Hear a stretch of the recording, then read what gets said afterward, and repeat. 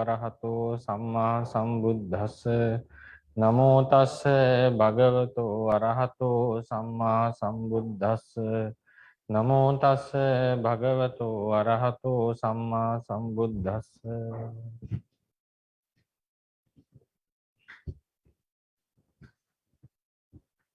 ගෞරවනීය ස්වාමීන් වහන්සේලා වරක් ප්‍රමුඛ මහා සංඝරත්නයන් අවසරයි.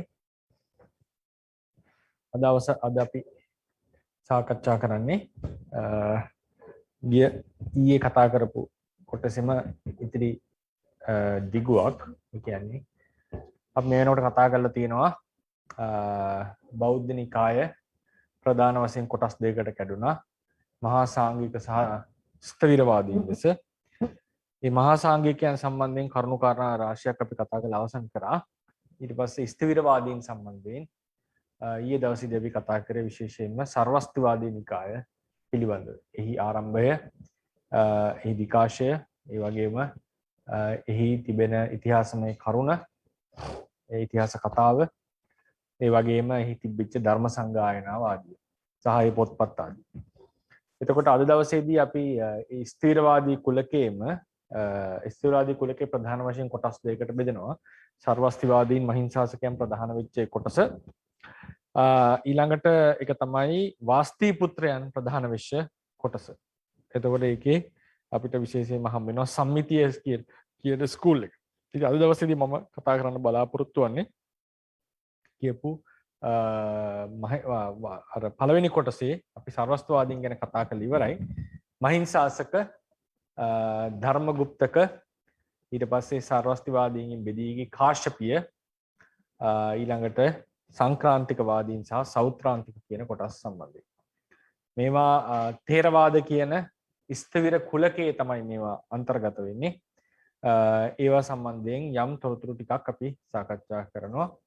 ඒවායි තිබිච්ච සමාන විසමානකම් කීපයකුත් අපි කතාවට ගන්නවා. එතකොට මේකෙදී මුලින්ම අපි ඒක ලියාගත්තොත් නැවත මතක් වීම පිණිස ඒ බෙදීම් ටික සංඝයා වහන්සේ ප්‍රධාන වශයෙන් කොටස් දෙකකට කැඩුනා. මම හිතනවා මේක නැවත නැවත ලියීම තුළ මතකෙ හිටියේ කියලා. මහා සංඝික සහ ස්ථවිර කියන කොටස් දෙකකට කැඩුනා. එයින් මහා සංඝිකයෝ ප්‍රධාන වශයෙන් වයම දිශාවට යනකොට ඒක ව්‍යවහාරික, කෞකුටික, ලෝකෝත්තරවාදීන්,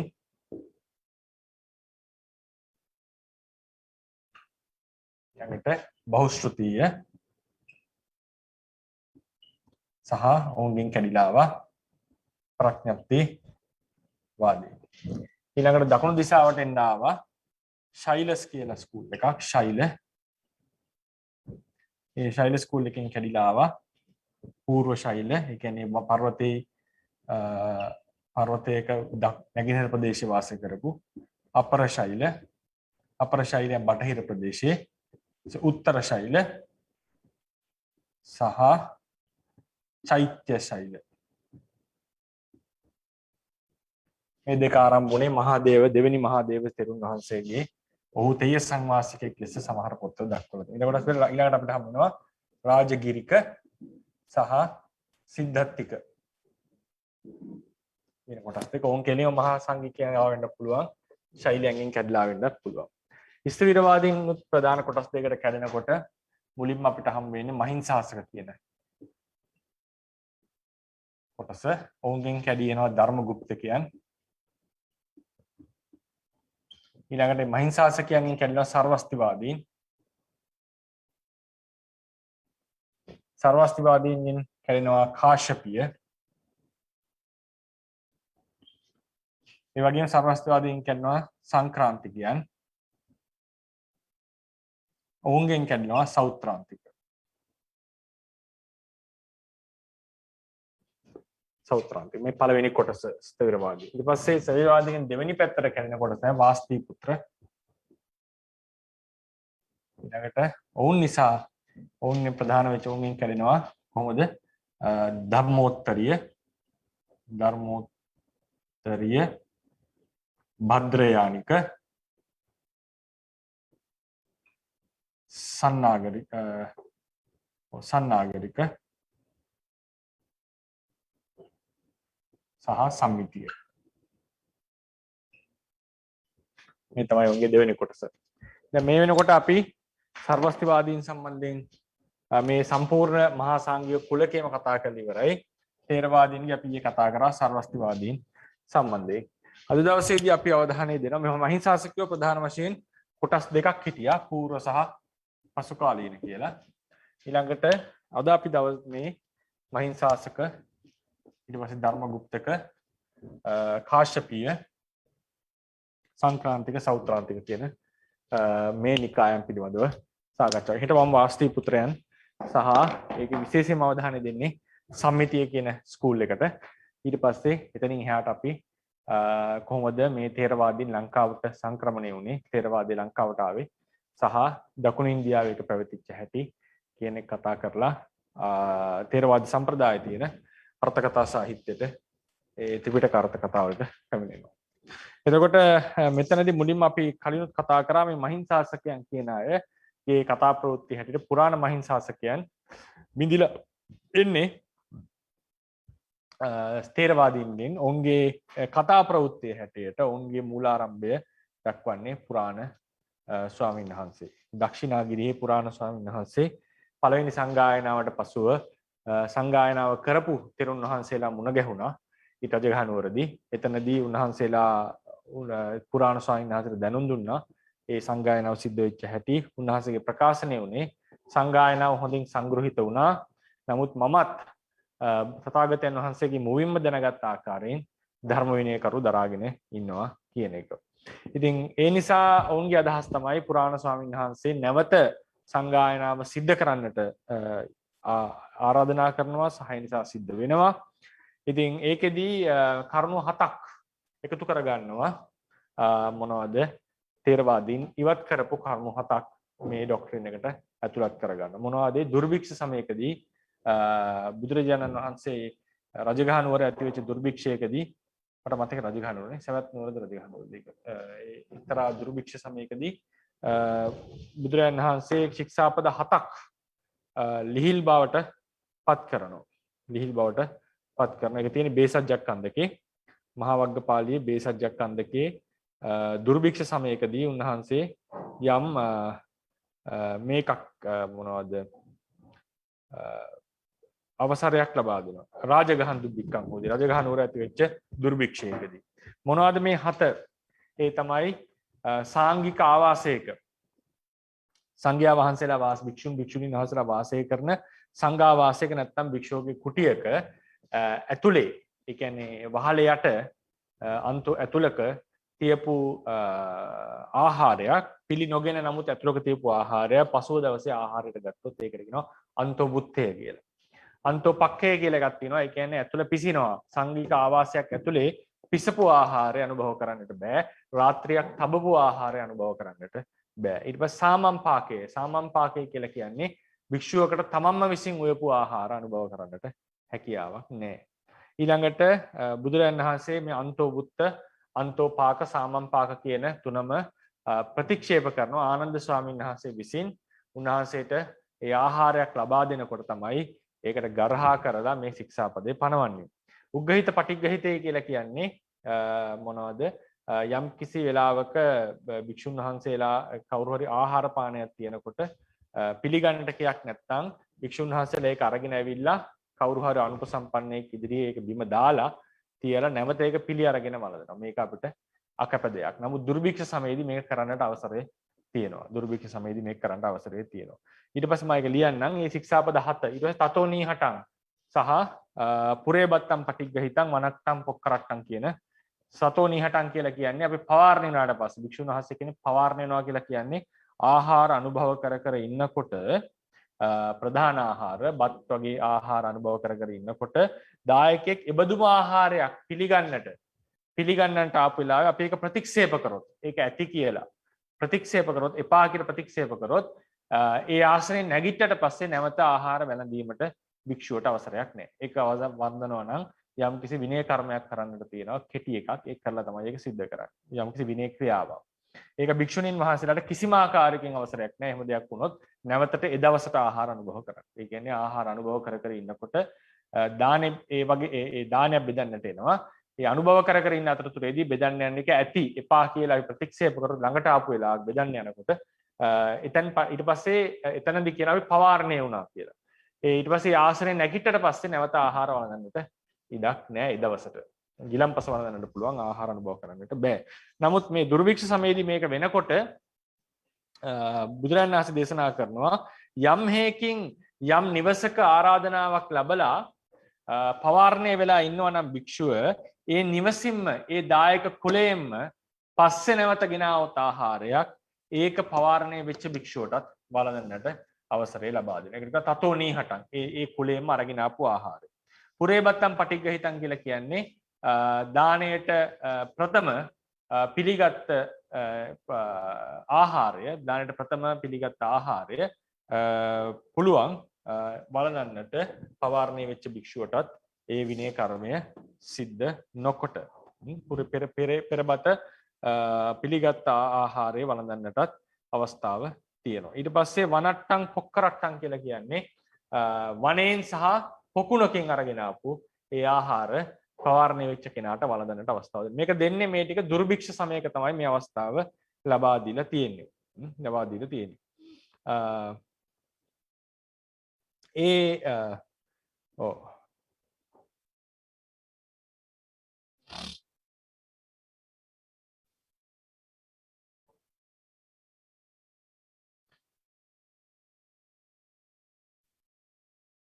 එතකොට ඒ කියපු අවස්ථා 7 බුදුරජාණන් වහන්සේ අනුදැන වදාරන්නේ දුර්භික්ෂයක් සඳහා. දුර්භික්ෂයෙන් පස්සේ දුර්භික්ෂය සංසිඳුණාට පස්සේ භික්ෂුන් වහන්සේලා සමහර භික්ෂුන් වහන්සේලා මේ අවස්ථා 7 දිගින් දිගටම අනුගමනය කරනවා. ඒ වෙලාවේදී බුදුරජාණන් වහන්සේ කියනවා ඒක දුර්භික්ෂයට දීපු අවසරයක් විතරයි. ඒක අනිත් වෙලාවට වළංගු නැහැ කියලා. ඉතින් මේක සම්බන්ධයෙන් තමයි මේ මතවාදය ආවා කියලා කියන්නේ. මහින්සාසකයන්ගේ අදහසේ හැටියට පූර්ණ ස්වාමීන් වහන්සේ නැවත දුර්භික්ෂයක් ආපු වෙලාවකත් මේ ශික්ෂාපද ටික වළංගුයි කියන අදහසේ ඉඳලා තියෙනවා. මේ ශික්ෂාපද ටික වළංගුයි. හැබැයි තේරවාදීන් එතන වළංගු භාවයක් ප්‍රකාශ කරන්නේ නැහැ. නැවත ඒක ඒ දුර්භික්ෂයට විතරක් දීපු අවසරයක්. ඒ නිසා තමයි ලංකාවේ බැමිණිතියා සෑය ආපු වෙලාවේදී අම්බකාදක තිස්ස කියන ස්වාමීන් වහන්සේ නමක් ඊටාම අපහසු වෙලා ක්ලාන්තව වැටිලා ඉන්නකොට ළඟ තියෙන අඹ ගෙඩි ටිකක් තියෙනවා. නමුත් මේ අඹ ගෙඩි ටිකවත් අතින් අල්ලන්නේ නැතුව උන්වහන්සේ බලාගෙන ඉන්නවා. පස්සේ ඊට ශ්‍රද්ධාවන්ත උපාසකයෙක් දැකලා අඹ ජූස් එකක් නැත්නම් පානකයක් හදලා ඒක පෝලා කරේ තියන් යනකොට තමයි උන්වහන්සේගේ සීලය ආවර්ජනා කරමින් උන්වහන්සේ අරිහත්ත්වයේ සාක්ෂාත් කරගන්නේ.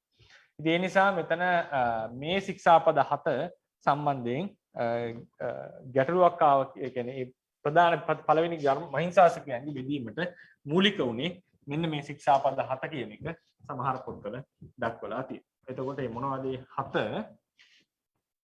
ඒ කියන්නේ දුර්භික්ෂයකට විතරක් අදාළ වෙන ශික්ෂාපද ටිකක් අපි ඒක පාලියෙන්ම ලිව්වොත් අන්තෝ බුද්ධය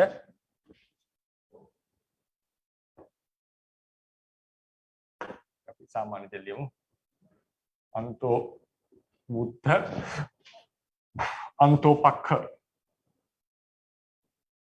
කියන්නේ පිසුවා කියන එක නැත්නම් පාක ඊට පස්සේ සාමං පක්ඛ නැත්නම් පාක පිසුවා තමා විසින් අන්තෝ කියන්නේ සාංගික ආවාසයක් ඇතුළේ මේ සාංගික ආවාසයේ අවසර 4ක් තියෙන විස්තර කරන්න වෙලාවක් නෙවෙයි අන්තෝ බුත්තේ කියන කොටත් එහෙමයි ඊට පස්සේ එනවා උග්ගහිත පටිග්ගහිත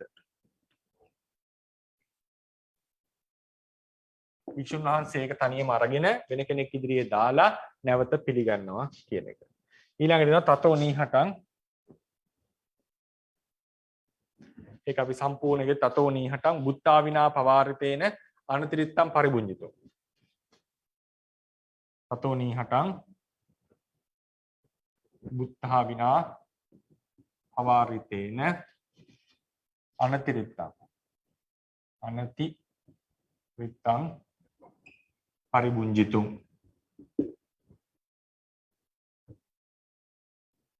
පරිබුඤ්ජිතුම් කියන්නේ පවාරණ වෙච්ච භික්ෂුවට ඒ කුලයෙන්ම ගෙන ආපු ආහාරයක් දානින් පස්සේ වළඳන්නට අවසරයක් තියෙනවා. ඊට පස්සේ පුරේ බත්තම් පටිග්ගහිතං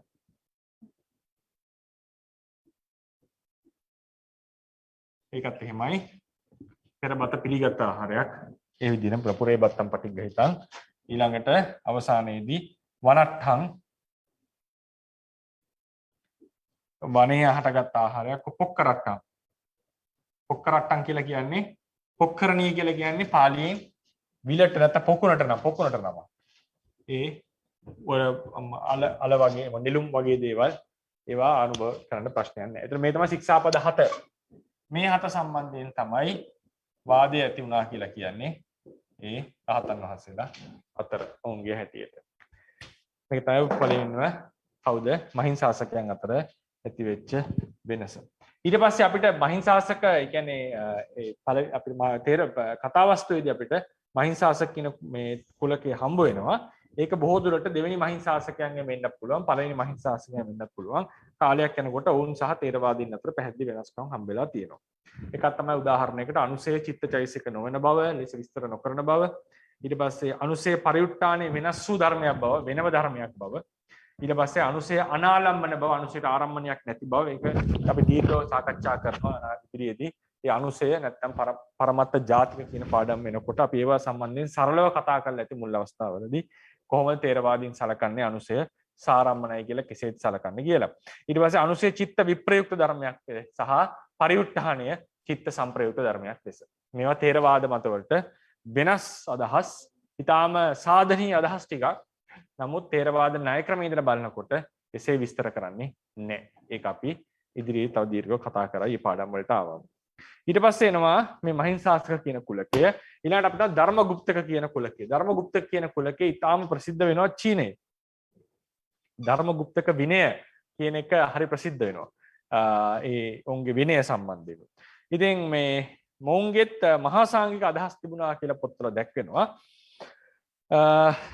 මේ ධර්මගුප්තක අය සර්වස්තිවාදී ප්‍රාතිමෝක්ෂය පිළිගත්තේ නැහැ කියලා තැනක තියෙනවා. බුදුන්ගෙන් විසින් දේශිත ප්‍රාතිමෝක්ෂය නැති වෙලා තියෙනවා කියලා උන් ඒ කාලේ අදහස් කළා තියෙනවා. සර්වස්තිවාදී ප්‍රාතිමෝක්ෂය ප්‍රතික්ෂේප කරා කියලා අභිධර්ම කෝෂයේ දක්වලා තියෙනවා. නමුත් ඔවුන් තුලත් ඔවුන්ගේ දැන් උදාහරණයකට විනය බැලුවම බොහෝ දුරට සමානකම් තියෙනවා තේරවාදයට සමාන.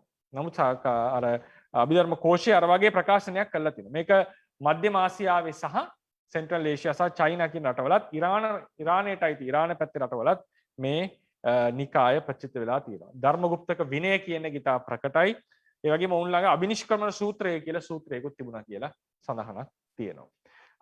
ඔවුන්ගේ තිබිච්ච අදහස් ලෙස ගත්තොත් එහෙම චෛත්‍ය පූජාව මහත්ඵලයි. අර එක නිකායක් වන් චෛත්‍ය පූජාව මහත්ඵල නැහැ කියලා. මේකේ චෛත්‍ය පූජාව මහත්ඵලයි කියලා කියනවා. රහතුන්ගේ ශරීර අනාශ්‍රවයයි අනාශ්‍රව කියලා සලකනවා. ඊට චතුරාර්ය සත්‍ය අභිසමය ඒකක්ෂණිකව සිද්ධ වෙයි. සමහර නිකායන් හිටියා විශේෂයෙන් මට මතක හිටියේ සර්වස්තවාදීන් දුකෝද ඒක මේ ක්‍රමානුකූලව සිද්ධ වෙයි. දුක්ඛ එකපාර අරමුණු වෙන්නේ චිත්තක්ෂණ 16ක් මට මතක හිටියේ 16ක් හරි චිත්තක්ෂණ කාලෙකින් ගණනකින් තමයි මේ සත්‍යාභිසමය වෙන්නේ. ඉතින් චිත්තක්ෂණ ගානක් යනවා මේ මාර්ගේ වැඩෙන්නට. එකපාර නෙවෙයි අභිසමය සිද්ධ වෙන්නේ. මොවුන් කියනවා එක ඡනේ ඒකක්ෂණිකව චතුරාර්ය සත්‍ය අවබෝධ වෙනවා කියන අදහස මොවුන් ඉඳලා තියෙනවා. ඊට පස්සේ ශ්‍රාවක බෝධිය සහ බුද්ධ බෝධිය නැත්නම් ශ්‍රාවක යානය සහ මහා යානය කියන දෙක ගත්තම බුද්ධ යානය මේ දෙකෙන්ම ලැබෙන විමුක්තියේ වෙනසක් නැහැ කියන එක මොවුන් හිතපු අදහස. මේ ධර්මගුප්තයක තේරවාදීන්ට සමානයි නේ. විමුක්තිය බුදුවරයෙක්ගේ නිවන, ශ්‍රාවකයෙක්ගේ නිවන, පසේ බුදුවරයෙක්ගේ නිවන සමානයි කියන එක තේරවාදීන්ගේ අදහස වෙනවා. ඉතින් මේ ධර්මගුප්තක සමහර ස්කෝලර්ස්ලා කියලා තියෙනවා ධර්මගුප්තක කියන එක ආරම්භ වෙන්නේ ධර්මගුප්තක ස්වාමීන් වහන්සේගෙන්. උන්වහන්සේ තමයි ධම්මරක්කිත ධර්මගුප්තක ධර්මරක්කිත කියන නම් දෙක සමාන නිසා ඔය අශෝක අධිරාජ්‍යයේ යෝනක ධර්මරක්කිත කියලා ස්වාමීන් වහන්සේ කෙනෙක් ඉන්නවා අපරාන්ත දේශිකයෙක්. උන්වහන්සේ තමයි මේ ධම්මගුප්තක නිකායට උන්වහන්සේත් සම්බන්ධයි කියලාත් අදහසක් සමහර ස්කෝලර්ස්ලා එක එක අදහස් තියෙනවා මේක සම්බන්ධව. එතකොට අපි පොඩ්ඩක් ඒක බලමු මේ ධර්මගුප්තක කට්ටියගේ ත්‍රිපිටකය බෙදලා තිබිච්ච ක්‍රමය ධර්මගුප්තක නිකායේ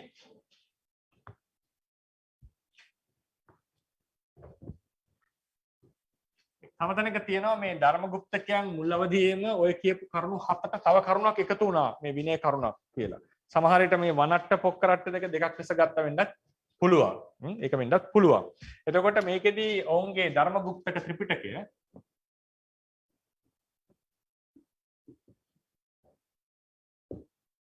කම්මෙන්නේ කොහොමද විනය. විනය පිටකය ඔවුන්ගේ විනය පිටකයේ කොටස් 4ක් තියෙනවා. භික්ෂු ප්‍රාතිමෝක්ෂය,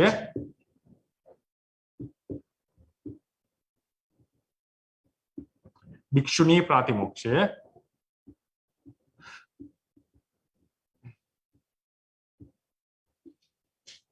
ඊළඟට හම් වෙනවා ඛණ්ඩක, ඒක තේරවාදීන් සමානයි, ඒකෝත්තර.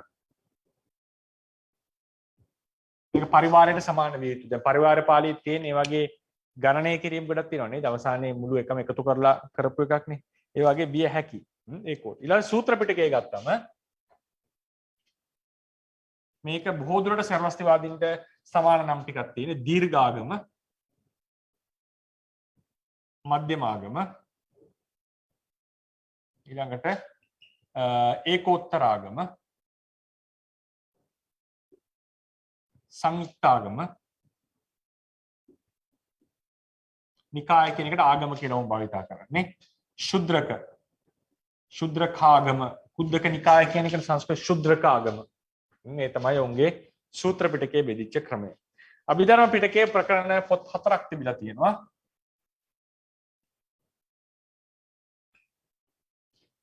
ඒකේ පහළි වචන මම ගත්ත පොතේ තියෙන ඉංග්‍රීසියෙන් එක ලිඛිත තියෙන පොත් දෙකක්. ඒකේ තියෙන difficult text කියලා. මට ඒක හොයාගන්න බැරුණා මොකද්ද මේ ඒකේ පාලි හෝ සංස්කෘත නම, අනිත් එක non difficult text.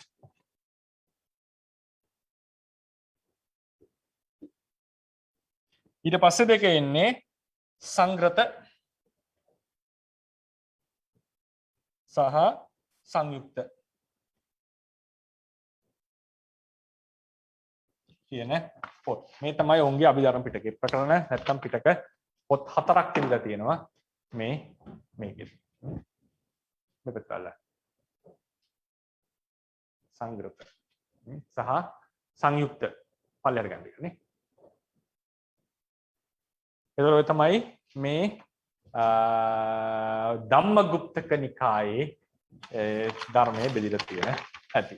හරිනේ. එතකොට අපි මේක අවසන් කරන මහින්සාසක සහ ධර්මගුප්තක. දැන් අපි එනවා සර්වස්තිවාදීන්ගේ මිදීගේ කොටස කරන කාශ්‍යපීය. මේකට ස්වර්ශ කාශ්‍යපීය ලෙස හඳුන්වනවා. ස්වර්ශ කාශ්‍යපීය.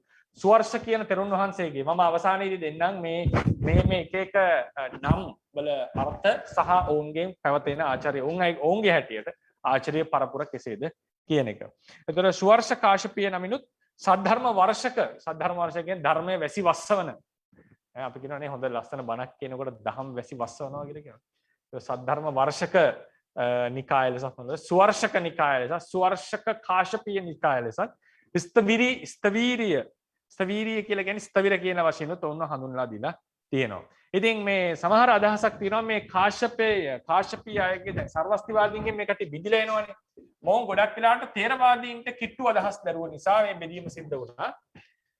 ඒ නිසා මොවුන්ව ස්තවිරය ලෙසත් යම් කලක හඳුන්වලා තිබ්බා තියෙනවා.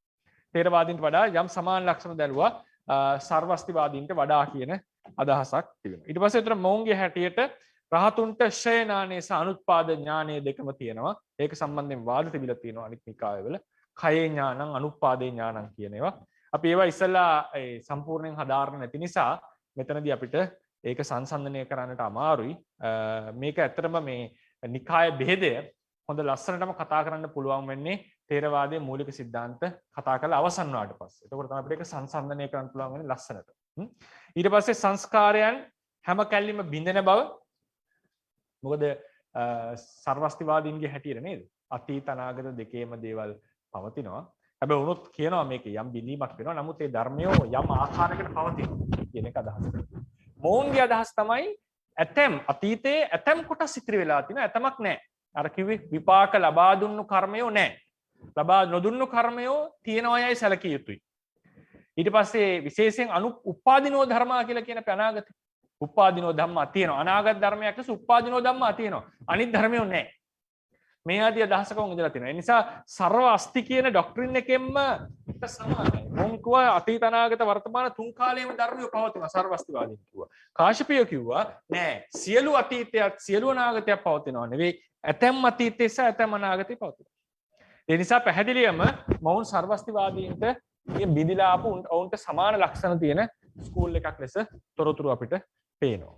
එතකොට මේ කාශ්‍යපීය අයගේ ත්‍රිපිටකයක් තිබිලා තියෙනවා. කාශ්‍යපීය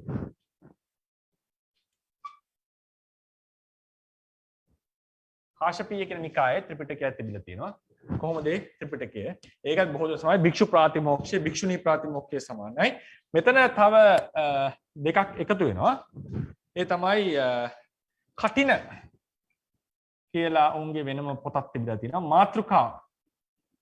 මාතිකා කියන එක මාතෘකා කියන එක එකතු. ඒතර උන්ගේ විනය කොටස් 5කින් යුත් වෙලා තියෙනවා කාශ්‍යපීය ආයේ මේ විද්වතුන් මේ සොයාගත්ත තොරතුරු මේ වගේ පොත් අද ඇත්තටම බොහෝ පොත් නැති වෙලා කියන එක තමයි අපිට දැනගන්නට තියෙන්නේ. ඊට පස්සේ සූත්‍ර පිටකයේ මේ විදිහමයි දීර්ඝාගම, මධ්‍යමාගම, ඒකෝත්තරාගම, සංයුක්තාගම, ශුද්‍රකාගම කියන එක. අභිධර්ම පිටකයේ යම් වෙනස්කමක් තියෙනවා. ඔවුන්ගේ අභිධර්ම පිටකයේ පොඩි වෙනස්කමක් තමයි සප්‍රශ්නක විභංග, අප්‍රශ්නක විභංග. කියන්නේ ප්‍රශ්න සහිත සප්‍රශ්නක විභංග.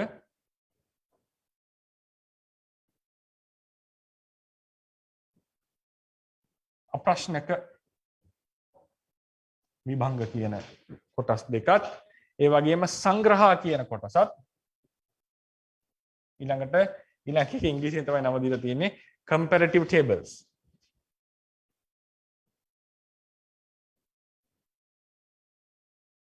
කියන පොත්. ඒක මොක හරි පාලි නමක් ඇති සංස්කෘත නමක් ඒකට. මේ තමයි කාශ්‍යපීයන්ගේ ත්‍රිපිටකය තිබිච්ච ක්‍රමය. කාශ්‍යපීයන්ගේ ත්‍රිපිටකයේ තිබිච්ච ක්‍රමය. ඊළඟට අපි එනවා සංක්‍රාන්තික සහ සෞත්‍රාන්තික කියන නිකාය දෙකට.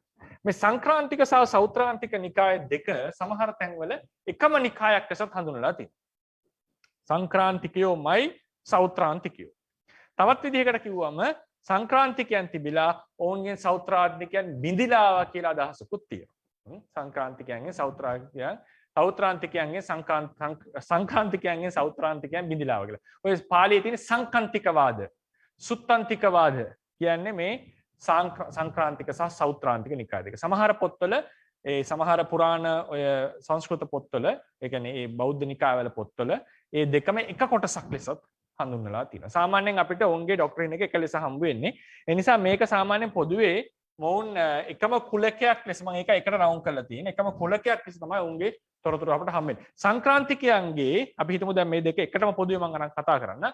සංක්‍රාන්තිකයන්ගේ තිබිච්ච ප්‍රධානම ඩොක්ට්‍රින් එකක් තමයි, ඒ කියන්නේ අදහසක් තමයි, වාදයක් තමයි භවයෙන් භවයට ස්කන්ධයන් සංක්‍රමණය වෙනවා. දැන් අපි දන්නවා තේරවාදයේ හැටියට කිසිදු ස්කන්ධයක් මේ භවයෙන් ඊළඟ භවයට යන්නේ නැහැ. මේ ස්කන්ධය කරණකටගෙන අලුත් ස්කන්ධය හටගන්නවා.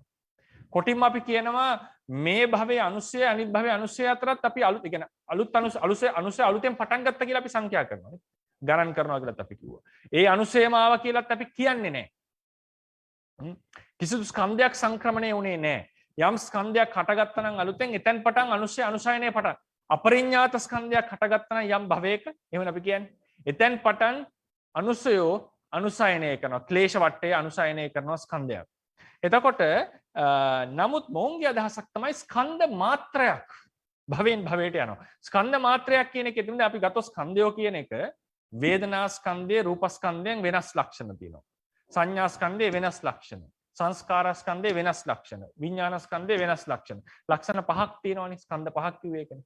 එතකොට මේ කියන්නේ මූලාර්ථය කියලා කියන්නේ එකම ලක්ෂණයකින් ස්කන්ධ කියන යම් මූල භාවයක් පොදු ස්වභාවයක් තියෙනවා.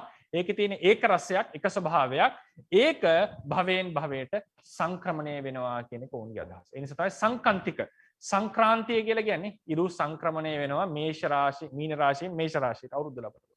ඒ වගේ භවයෙන් භවයට මේ මූල ස්කන්ධය නැත්නම් රූප ස්කන්ධය සංක්‍රමණය වුණා නෙවෙයි. එහෙම වුණොත් එහෙම සම්පූර්ණයෙන් වැරදි. විඥාන ස්කන්ධය සංක්‍රමණය වෙනවා කොත් එහෙම සාති භික්ෂුවකගේ වැරදි අදහස. සාස්වත දෘෂ්ටිය ගත්තා වෙනවා. සාති භික්ෂුව බැනුම් හැමෝනේ බුදුරණන් වහන්සේ නේද?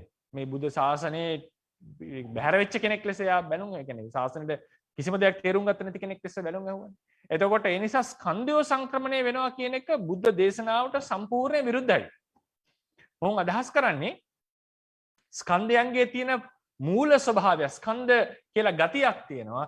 මේ ගතිය භවයෙන් භවයට සංක්‍රමණය වෙනවා කියන එක අදහස් කරලා තියෙනවා. සමහර පොත්වල දක්වලා තියෙනවා මේ ස්කන්ධයෝ සැබවින්ම විනාශ වෙන්නේ නිර්වාණ ධාතුවට පැමිණීමෙන් කියලා තෝරන අදහස් කරලා තියෙනවා. ඒ කියන්නේ ඒකෙන් අදහස් කරන්න ඇත්තේ මේ ස්කන්ධ, ඒ කියන්නේ ගත්තම අපිට දැනෙන ස්කන්ධ කියලා කොටසක් තියෙනවා. අර මූල ස්වභාවයෙන් පවතින ස්වභාවය කියලා එකක් තියෙනවා. ඒක සංක්‍රමණය වෙනවා කියන එක මොවුන්ගේ අදහස. දැන් සම්මිතිය කියන නිකායට ආවම මොවුන් කියනවා මේ ස්කන්ධත් නොවිච්ච ආත්මත් නොවිච්ච එක්තරා පුද්ගල භාවයක් සංක්‍රමණය වෙනවා.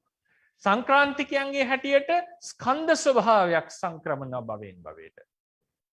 සම්මිතියන්ගේ හැටියට පුද්ගල ස්වභාවයක් ආත්මත් නොවිච්ච ස්කන්ධයකුත් නොවිච්ච එක්තරා පුද්ගල ස්වභාවයක් සංක්‍රමණය වෙනවා.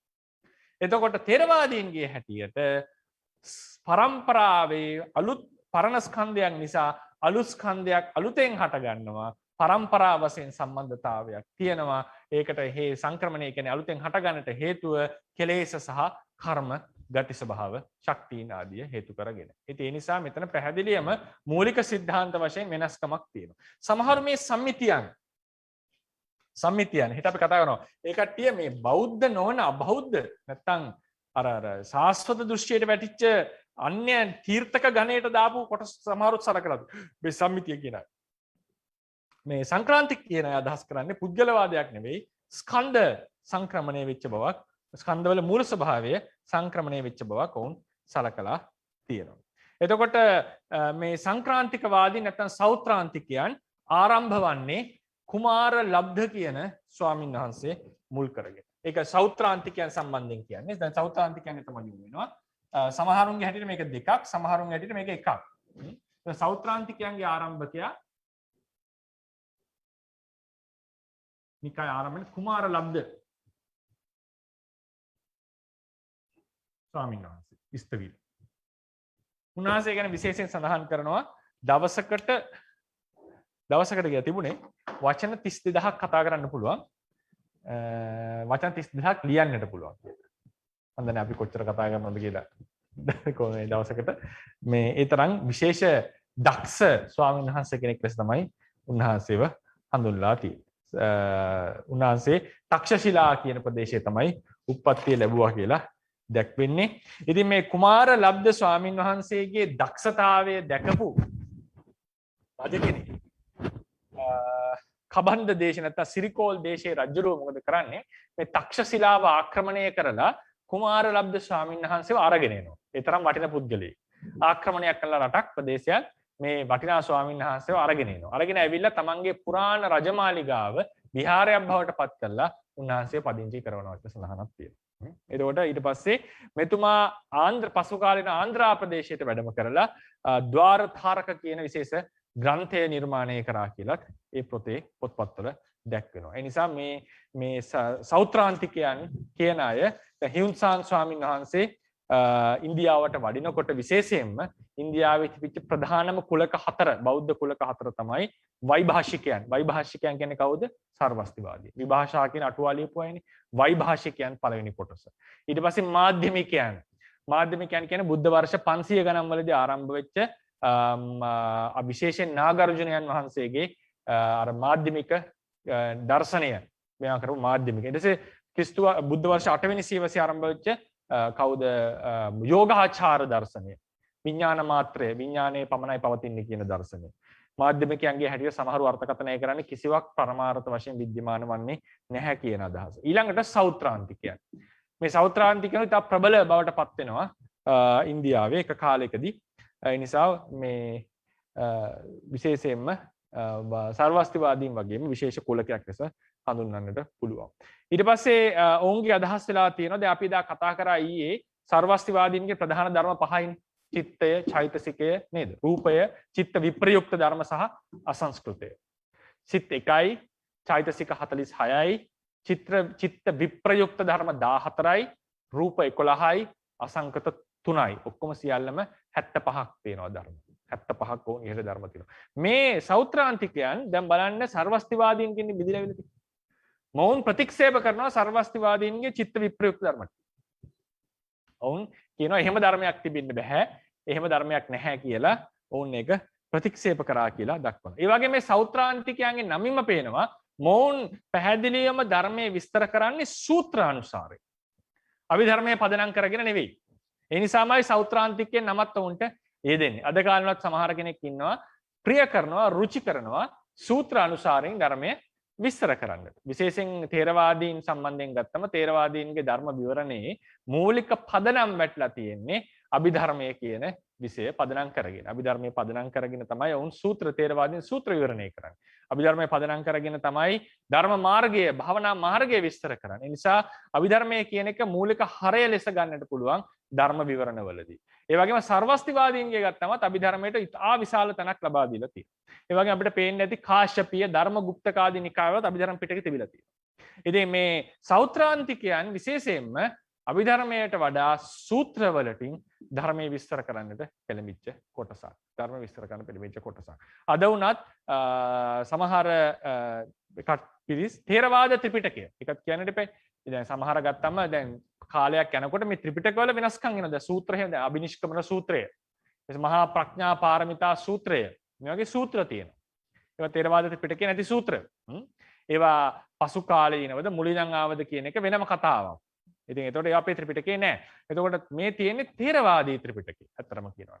මේ තියෙන ථේරවාද ත්‍රිපිටකය. ථේරවාදීන් විසින් අනුගමනය කරපු, සංරක්ෂණය කරපු, ආරක්ෂණය කරපු ත්‍රිපිටකය. ඒ ථේරවාද ත්‍රිපිටකය සමහර කෙනෙක් ථේරවාදී ත්‍රිපිටක ග්‍රන්ථ අභිධර්මයෙන් තොරව සූත්‍රයේ මත පදනම් වෙලා විතරක් විස්තර කරන්නට අද පෙළඹෙනවා.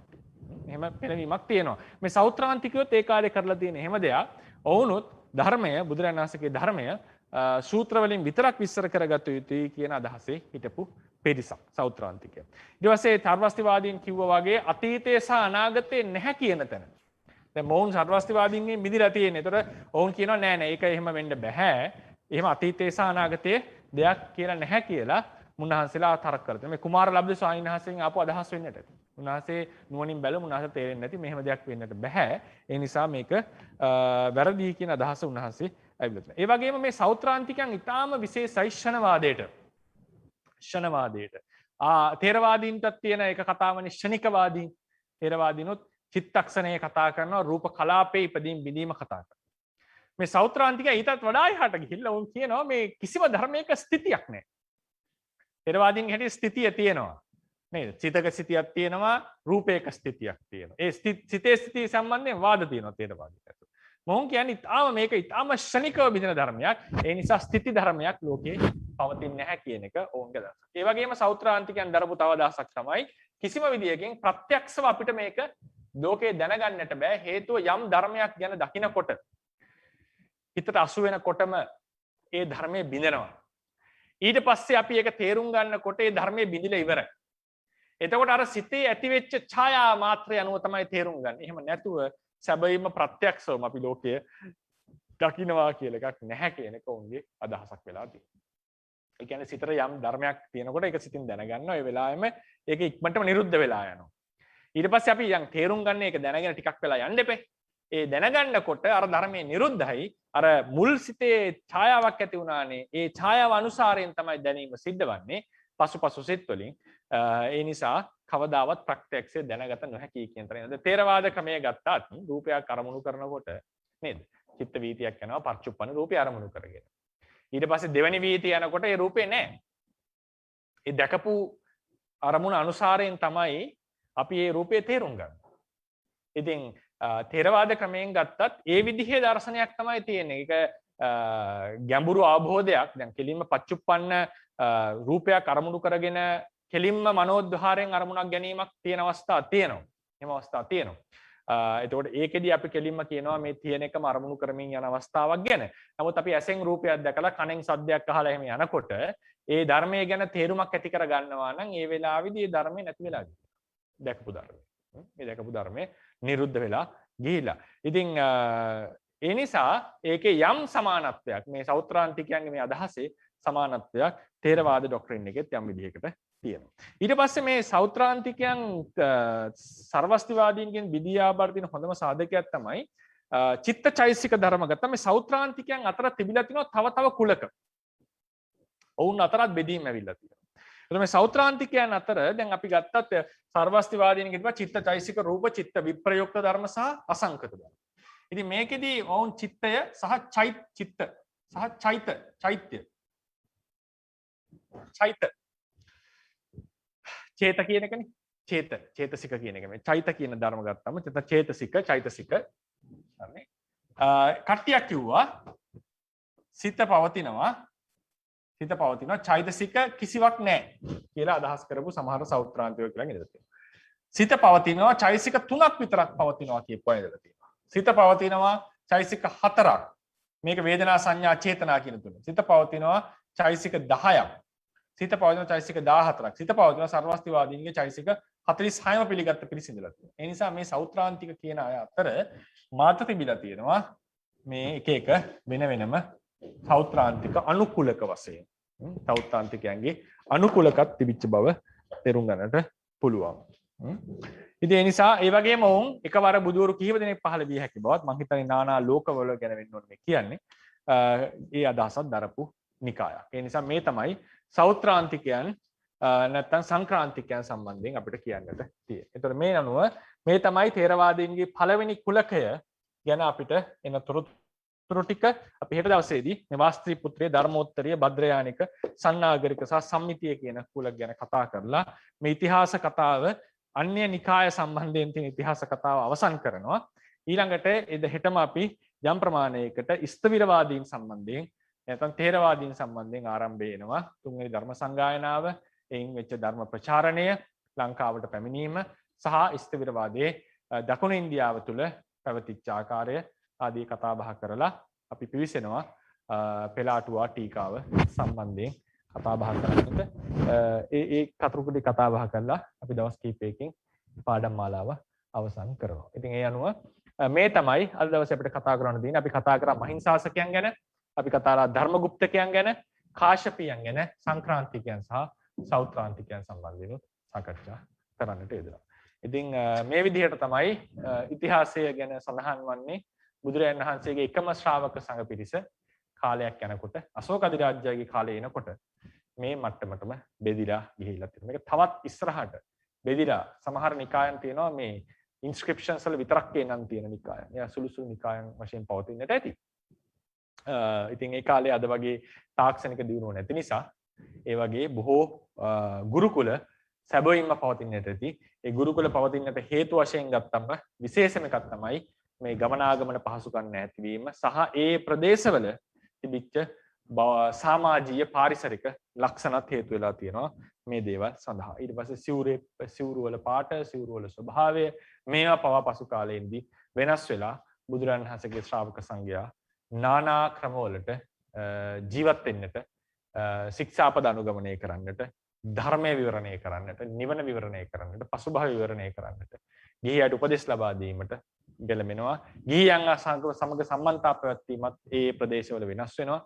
සමහර නිකායන් ගිහියන් එක්ක ඉතාම කුළුපග හිතවත් සම්බන්ධතාවක් පවත්වනවා. සමහර අය බොහෝ දුරස්ත සම්බන්ධතාවක් පවත්වනවා. මොනාස්ටික් පැත්තට, ඒ කියන්නේ ප්‍රැක්ටිස් එකට පුහුණුවට බර වෙනවා. මේ ආදී ලෙසට නානා විදිහේ විවිධත්වයක් ශ්‍රාවක සංඝයා අතර ඇති වෙනවා කාලයක් යනකොට. ඒ නිසා ඒක තමයි අපි විශේෂයෙන් මෙතනදී තේරුම් ගත යුත්තේ. එතකොට අයි මම මුලින් ඉඳලාම ථේරවාදීන් කියලා අර්ථකථනය කරන්නට හේතුව බුදුරජාණන් වහන්සේගේ ධර්මය මේ ආකාරයට විස්තර වෙච්ච තවත් බෞද්ධ භික්ෂුන් වහන්සේලා බුදුරජාණන් වහන්සේගින්ම ඒ සංඝයාගෙන්ම පැවතෙන ඒ භික්ෂුන් පරපුරවල් හිටිය බව අපි තේරුම් ගත යුතුයි. ඒතර ථේරවාදය anu ඒ පරපුරේ තියෙන එක්තරා කුලකයක්. ඒක තමයි ලංකාවට ඇවිල්ලා මේ වෙනකොට අපි අධ්‍යයනය කරමින් පුහුණුවට ලක් කරන්නේ. ඒ නිසා මම දේශනාව අවසන් කරනවා. ප්‍රශ්න අහන්නට අවස්ථාව ලබා දෙන්න. තෙරුවන් සරණයි සියලු දෙනාටම. එහෙනම් දැන් සියලු දෙනාටම ස්වාමින් වහන්සේගෙන් දහම් ගැටළු විමසීමේ අවස්ථාව.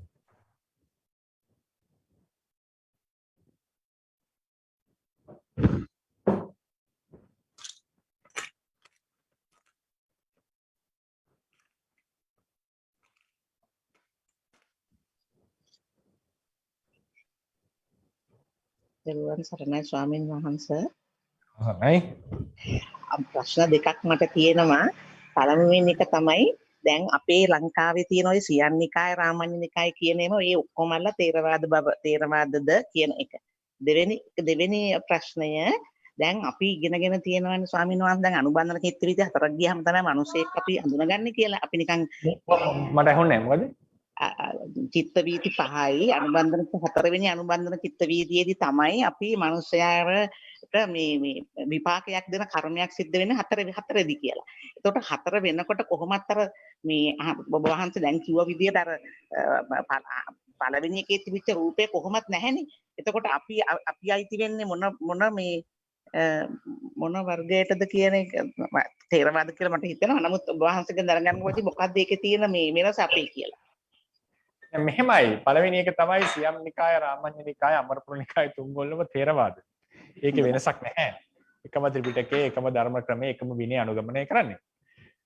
ඊට පස්සේ දෙවෙනි එක ගත්තම මේ අනුබන්ධක වීති කීයද 4යිනේ. පළවෙනි වීතිය අනුබන්ධක වීතිය 4යි. මේක සම්බන්ධයෙන් තියෙනවා විවිධ ක්‍රම. දැන් මම ඕක විස්තර කරන්නේ වෙන ක්‍රමයකට.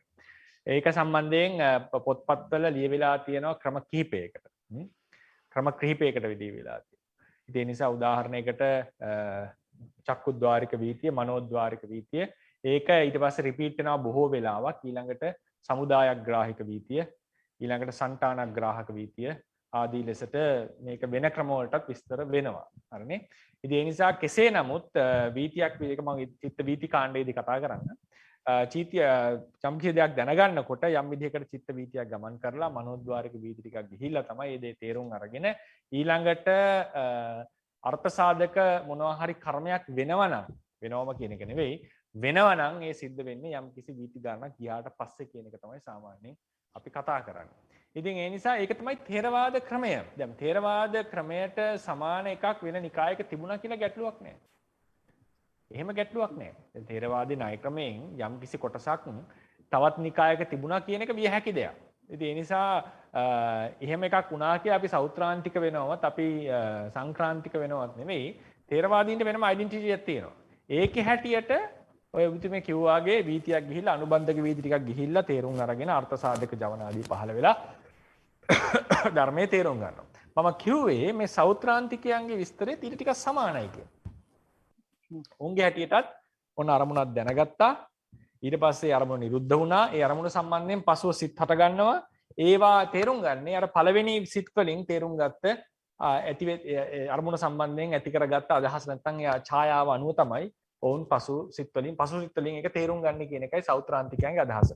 අපිත් වෙලා තියෙන එහෙම දෙයක්. ඒ වගේ කිට්ටු දෙයක්. මම මේක විස්තර කරන්නම්.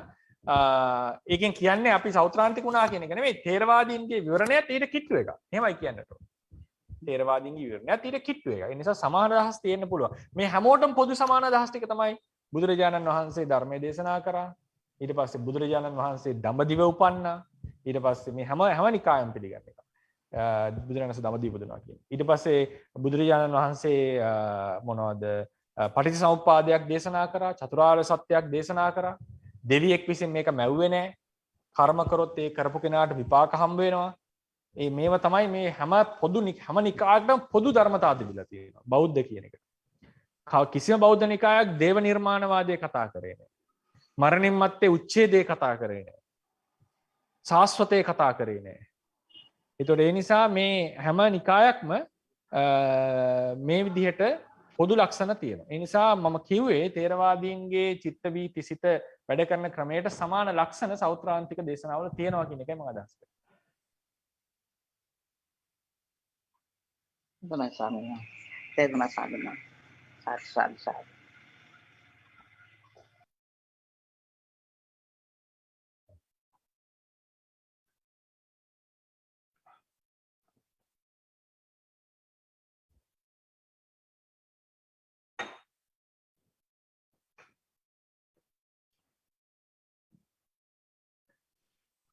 අවසරයි ස්වාමීන් වහන්සේ මේ ඔය කාලපරාසයේදී වෙනත් ලෝකයේ වෙන රටවල් වල ඔය වගේ දෙදිලා ගියා හිටියේ නැද්ද? ඒ කියන්නේ වෙන ආගම්ද?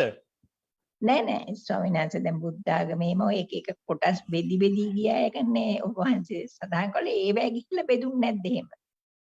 දැන් ඔය බෙදීම් ගොඩ තියෙන්නේ මේ ඉන්දියාවේනේ. ඉන්දියාවේ ඒ කාලය ඇතුළත ඔව් ඊට පස්සේ දැන් චීනේ පැත්තට ගියාට පස්සේ ඒවලත් බෙදෙනවා. ඊට පස්සේ ඒ කියන්නේ හැටි තමයි යන තැන බෙදෙනවා. එහෙම එකක් තිබිලා තියෙනවා. ගිය තැන බෙදීම තිබිලා තියෙනවා. ඉතින් ලංකාවට ආමත් ඊට පස්සේ බෙදෙනවානේ අබේගිරි සහ මහා විහාර කියලා කැඩෙනවා. ඊට පස්සේ වෙන්නේ මහා අබේගිරි කියන්නේ කවුරුද මයික් එකක් ඔන් කරගෙන අබේගිරි කියන්නේ පස්සේ වෛතුල්‍යවාදය පිළිගන්නවා. වෛතුල්‍යවාදය පිළිගන්න වෛතුල්‍යවාදය විතරක් නෙමෙයි තවත් ගොඩාක් ඔය අනිත්‍ය නිකායවල දේවල් ඉගෙන ගන්න පුළුවන් වෙනවා අබේගිරිය ඇතුලේ. ඒක නිකන් විශ්වවිද්‍යාලයක් බඳුයි අබේගිරිය. නානාන් අදහස් ඉදිරිපත් ඉගෙන ගන්න පුළුවන් තැනක් වෙනවා. ඒ නිසා ගොඩාක් විදේශීය ආකර්ෂණය තිබිච්ච තැනක් තමයි අබේගිරිය කියන්නේ. එතකොට ඒ වගේ ඉතින් දැන් බුරුමේ හැබැයි අපි අහලා නැහැ බුරුමේදී ලොකු බෙදීමක් ආවා කියලා. නමුත් ওই විනය කරුණු සම්බන්ධයෙන් බෙදීම් වෙලා තියෙනවා. ඔය චප්පට කියලා සායින්හස කෙනෙක් උන්වහන්සේගේ නම මේ මට මතක් වෙන්නේ නැහැ. උන්වහන්සේ පාලි නම ඥාන කොමරේ එක සායන්ස් එකේ ලංකාවට ආවේ ලංකාවේ විනය ඉගෙනගෙන විනය අනුගමනය කරලා ඊට පස්සේ බුරුමෙට ගිහිල්ලා පොඩ්ඩක් අනිත් අයක මිශ්‍ර වෙන්නේ නැතුව වෙනම වාසය කරපු බවක් තිබුණා. ඒ කට්ටිය වෙනම කුලකයක් ලෙස හැදිලා තියෙනවා. ඉතින් ඒ වගේ මේ බෙදෙනවා කියන එක අනිත් කෙනාට වඩා වෙනස් වෙනකොට තනියම ජීවත් වෙන්න කැමති බව තමන්ගේ අදහසම දරන්නට කැමති බව ඒක මනුස්ස ලක්ෂණයක්. මම එහෙමයි දකින්නේ. ඒ කියන්නේ මිනිස්යාගේ ලක්ෂණයක් තමයි ගෲප් වෙන බව.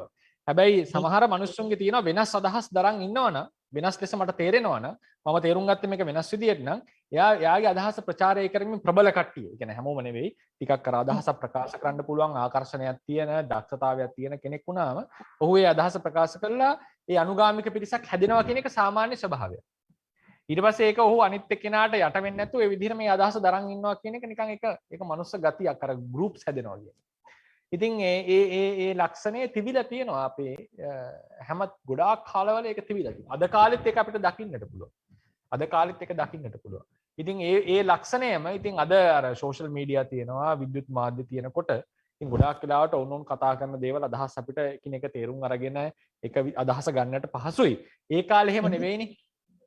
දැන් ගියොත් එහෙම අපිට නුවරට ගියා කියලා කොළඹ ඉඳලා ඉතින් කොච්චර දවස් ගාණක් යන ගමනක්ද ඉතින්. එහෙම ලේසියෙන් එතන ඉන්න කෙනෙක් එක්ක සම්ප්‍රේෂණයක් එකක් වෙන්නේ නැහැ.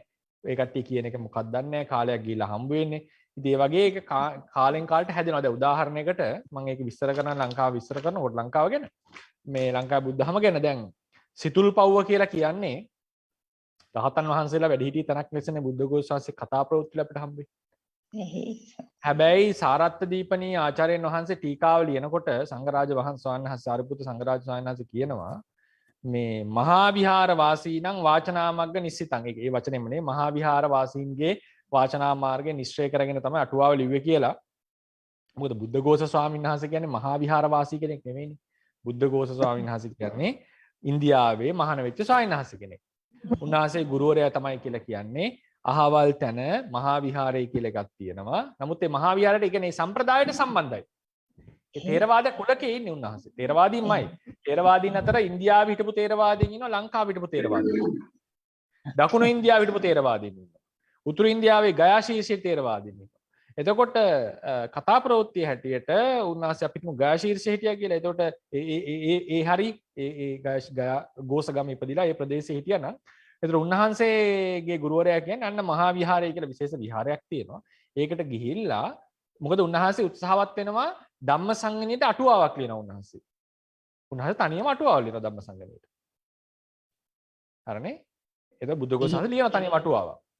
ඊට පස්සේ උන්වහන්සේ තව අටුවාවක් ලියන්න පටන් ගන්නවා. මට මතකයි චතුබානවාර අටුවාවද කො ලියන්න පටන් ගන්නවා. එතකොට තමයි ගුරුවරයා කියන්නේ රේවත සායින්හස්සේ ඕක කොහොම කරන්න එපා. අන්න තියෙනවා මේ අටුවා ටික සංරක්ෂණය වෙලා ලංකාවේ. අනිත් තැන් වලට ගිහපු අටුවා නැති වෙලා තියෙනවා. නිසා මහා විහාරයට ගිහිල්ලා ඒක ඉගෙනගෙන මේක ලියන්න කියලා කියන ණය ක්‍රමය. එතකොට උන්වහන්සේ ලංකාවට එනවා. ඇවිල්ලා ඉගෙන ගන්නවා. එතකොට උන්වහන්සේ කියනවා මේ මහා විහාර වාචනා මාර්ගය නිශ්චය කරගෙන මම මිදියන්නේ කියලා කියනවා. එතකොට සාරත් දීපනීයේ ආචාර්ය වහන්සේ සාරිපුත්‍ර සංඝරාජ ස්වාමීන් කියනවා අයි මේ මහා විහාර වාචනාව කියලා විශේෂ කරේ මොකද අභයගිරික ආදී විහාර වලින් වෙන්කොට දක්වන්නට. එතන උන්වහන්සේ කියන්නේ අභයගිරිය, චිත්තල පබ්බත, සිතුල් පව්ව ආදී අනිත් වෙනත් මත ධරපු නිකාය කොලින් වෙන්කොට දක්වන්නට. දැන් සිතුල් පව්ව කියන එක කතා ප්‍රවෘත්තිවල රහතන් වහන්සේලා වැඩ හිටපු තැන. නමුත් පොළොන්නරුවේදී යුගයේ වෙනකොට සංඝරාජ ශාන්ස කියනවා මේ සිතුල් පහුව කියලා කියන්නේ මහා විහාරයට වඩා වෙනස් මත දරපු තැනක්. චේතියගිරිය කියලා තියෙනවා මිහින්තලය. චේතියගිරිය කියන එක මහසෙන් රජුරෝ මහා විහාරයට බාධා කරපු කාලෙදී උඳු වැපුරුවා කියලා කියනවනේ. ඒ වෙලාවේදී චේතියගිරිය අබේගිරි වාසීන් කියලා අල්ල ගන්නවා. එතෙන් පටන් චේතියගිරිය අබේගිරික වෙනවා. මොහිදු මහරහතන් වහන්සේ ආපු තැන. ඒක අබේගිරික විහාරයක් බවට පත් වෙනවා. ඒකේ බලය ඇල්ලුවා කියලා කියනවා. ඉතින් ඒ රජුරෝ ඊළඟට ආපු රජවරුවත් ඉවත් කළා නෑ උන්වහන්සේ. චේතියගිරිය ඉඳලා තියෙනවා. ඔව් සද්ද ඇහෙනවා මයික් එකක් ඔන් වෙලා. හරිනේ. ඊට පස්සේ සිතුල්පව්ව කියන එකත් අපිට සාරත දීපනේ ටීකා වෙන තොරතුරු හැටියට ඉතිහාසමය තොරතුරක් ලෙස ඒක උන්වහන්සේ දේශනා කරනවා. ඒ වෙනකොට ඉතින් සංඝයා සාමග්‍රිය වෙලා ඉවරයි පරාක්‍රම බහුවගේ. ඒ වෙනකොට නේ කියන්නේ බුද්ධකෝ උන්වහන්සේ කියනවා මේක සිතුල්පව්ව කියන එකත් වෙනම අදහස් දරපු තනම් බවට පත් වෙනවා. ඉතින් ඒ නිසා ඒක සමහරට අබේගිරිකෝ ගිහිලා අල්ලගත්තද නැත්නම් එතනම වෙන නිකායක් ඇති වුණාද අපි දන්නේ නැහැ තොරතුරු. ඉතින් ඒ නිසා මේක සාමාන්‍ය දෙයක් ලෝකේ. ඒ සෝයිනාසෝහන්සිට පින්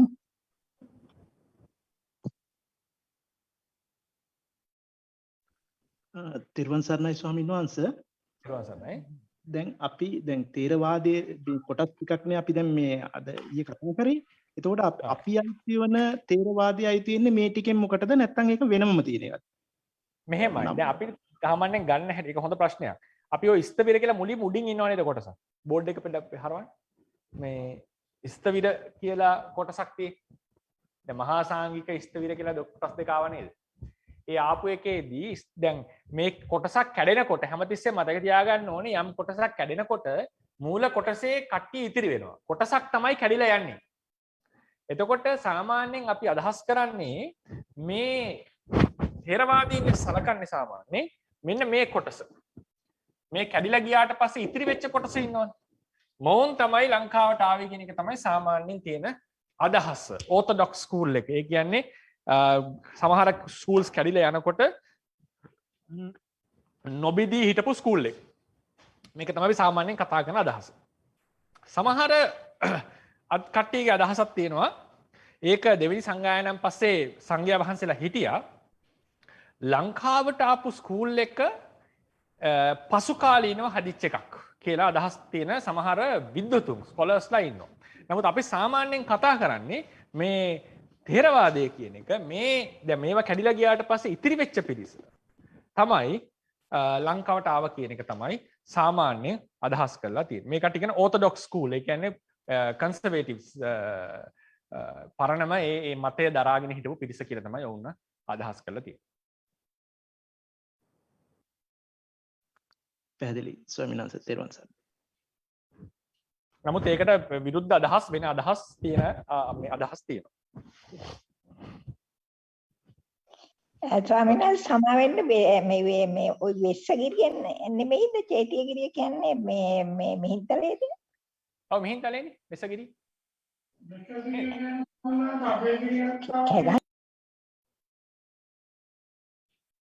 චේතියගිරිය කියලා කියන්නේ මේ මිහින්තලේට තමයි. චිත්තල පබ්බතනේ. සෝරි නෑ චිත්තල පබ්බත කියන්නේ සිතුල් පව්ව. මේක චේතියගිරිය.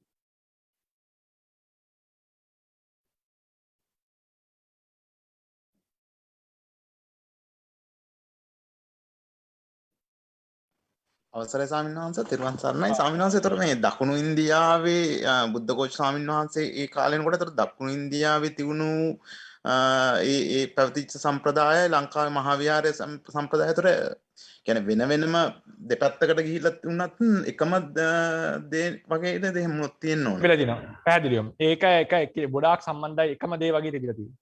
එකම සම්ප්‍රදායක්. ඒක නිසා තමයි ඒක මම සාමාන්‍යයෙන් ලංකාවේ ථේරවාදය කියනවට වඩා මහා ඒක කියන්නේ සාමාන්‍යයෙන් මහා විහාර සම්ප්‍රදාය කියන මාර්ථකත්වය කරා. මහා විහාර සම්ප්‍රදාය ලංකාවෙත් පිළිගත්තා දකුණු ඉන්දියාවෙත් ඔය ප්‍රධාන සිද්ධ සන්ධිස්ථාන තුනක් න කාංචිපුරය ඊට පස්සේ ඒ වගේ තැන් තුනක් පට්ටනම් ඒ ඔය තැන් තුනේ තැන ප්‍රධාන කරගත්ත දකුණු ඉන්දියාවෙත් ඒ තිබිලා තියෙනවා ඒ මහා විහාර සම්ප්‍රදායම තිබිලා තියෙනවා. ඒ නිසා ඔවුන් බොහෝ දුරට සමාන ඩොක්ට්‍රින් එකක් දරාගෙන ඉඳලා තියෙනවා. ඊට පස්සේ අර මහත්තයා කලින් අහපු අදහසේ සමහර ථේරවාදය කියන එක සමහර අදහසක් තියෙන ලංකාවට ඇවිල්ලා ලංකාවේදී සකස් වෙච්ච කියලා අදහසකුත් ථේරවාදය සම්බන්ධයෙන් සමහර විද්වතුන් දරනවා. දැන් අපි සාමාන්‍යයෙන් කියන්නේ ඉතිරි වෙච්ච පිරිස තමයි ලංකාවට ඇවිල්ලා ලංකාව තුළ ස්ථාපනය වුණේ කියලා. ඒකට වෙනස් අදහසුත් තියෙන මං කියව එක වෙනස් අදහස් තියෙන ඒවා තියෙනවා.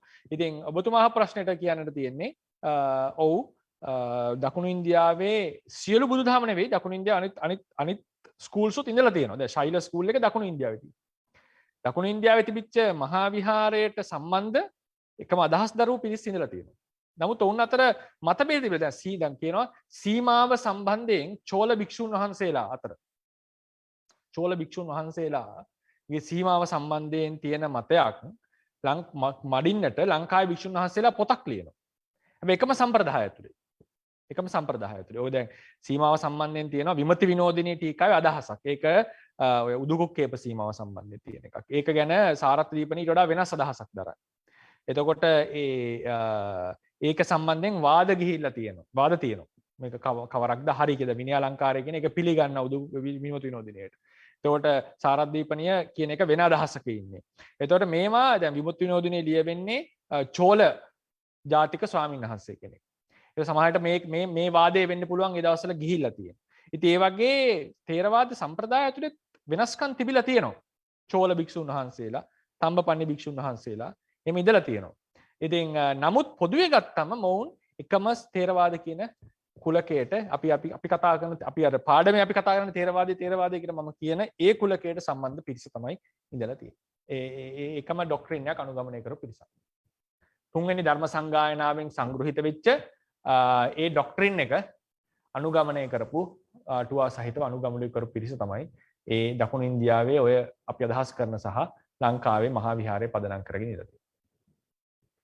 ස්වාමීන් වහන්සේ එතකොට මේ දකුණු ඉන්දියාවෙන් බුද්ධ ආගම නැති වෙලා තියෙන්නේ දැන් මම හිතන්නේ සම්පූර්ණයෙන් වගේ නැති වෙලානේ ඒක මේ ගොඩක් කාලයකට කලින්ද ස්වාමීන් වහන්සේ? මෙහෙමයි දකුණු ඉන්දියාව සහ ඉන්දියාවේ බුදුදහම නැතිවීම ගැන කරුණු සාමාන්‍යයෙන් ඉතිහාසඥයෝ කරුණු තුනක් ප්‍රධාන වශයෙන් කියනවා. එකක් තමයි දකුණු ඉන්දියාවේදී ශිව සහ විෂ්ණු කියන දැන් උතන දකුණු ඉන්දියාවේ ශිව විෂ්ණු අදහන පිරිස ඉන්නවා. ශිව ධර්මය සහ විෂ්ණු ධර්මය. බ්‍රාහ්මණය අදහන පිරිසකුත් ඉඳලා තියෙනවා. නමුත් ඒක ශිව විෂ්ණු වලට ගොඩාක්ම බර වෙනවා. දැන් අපි අද කාලේ ගොඩක් දේව ඇදහිීමක් නේ තියෙන්නේ නේද? බ්‍රහ්මය අදහනවා කියන හැරි අඩුයිනේ. ඊට පස්සේ යනවා ශිව විෂ්ණු බ්‍රහ්ම කියලා තුන් ගොල්ලක් එකතු කළාත් සමානයෙන් ඔය අදහස එනවා. ඉතින් ශිව ධර්මය අදහන අය කට්ටියක් විෂ්ණු ධර්මය අදහන අය කට්ටියක් ඔවුනුත් විශේෂයෙන් එකිනෙකාට විරුද්ධයි. ඒ වගේම ඉඳලා තියෙනවා නිගණ්ඨ ධර්මය නිගණ්ඨනාථ පුත්‍රගේ ධර්මය ඉතාම ප්‍රචලිත වෙනවා ඉන්දියාව ඇතුලේ. ඊට පස්සේ බෞද්ධ දර්ශනය.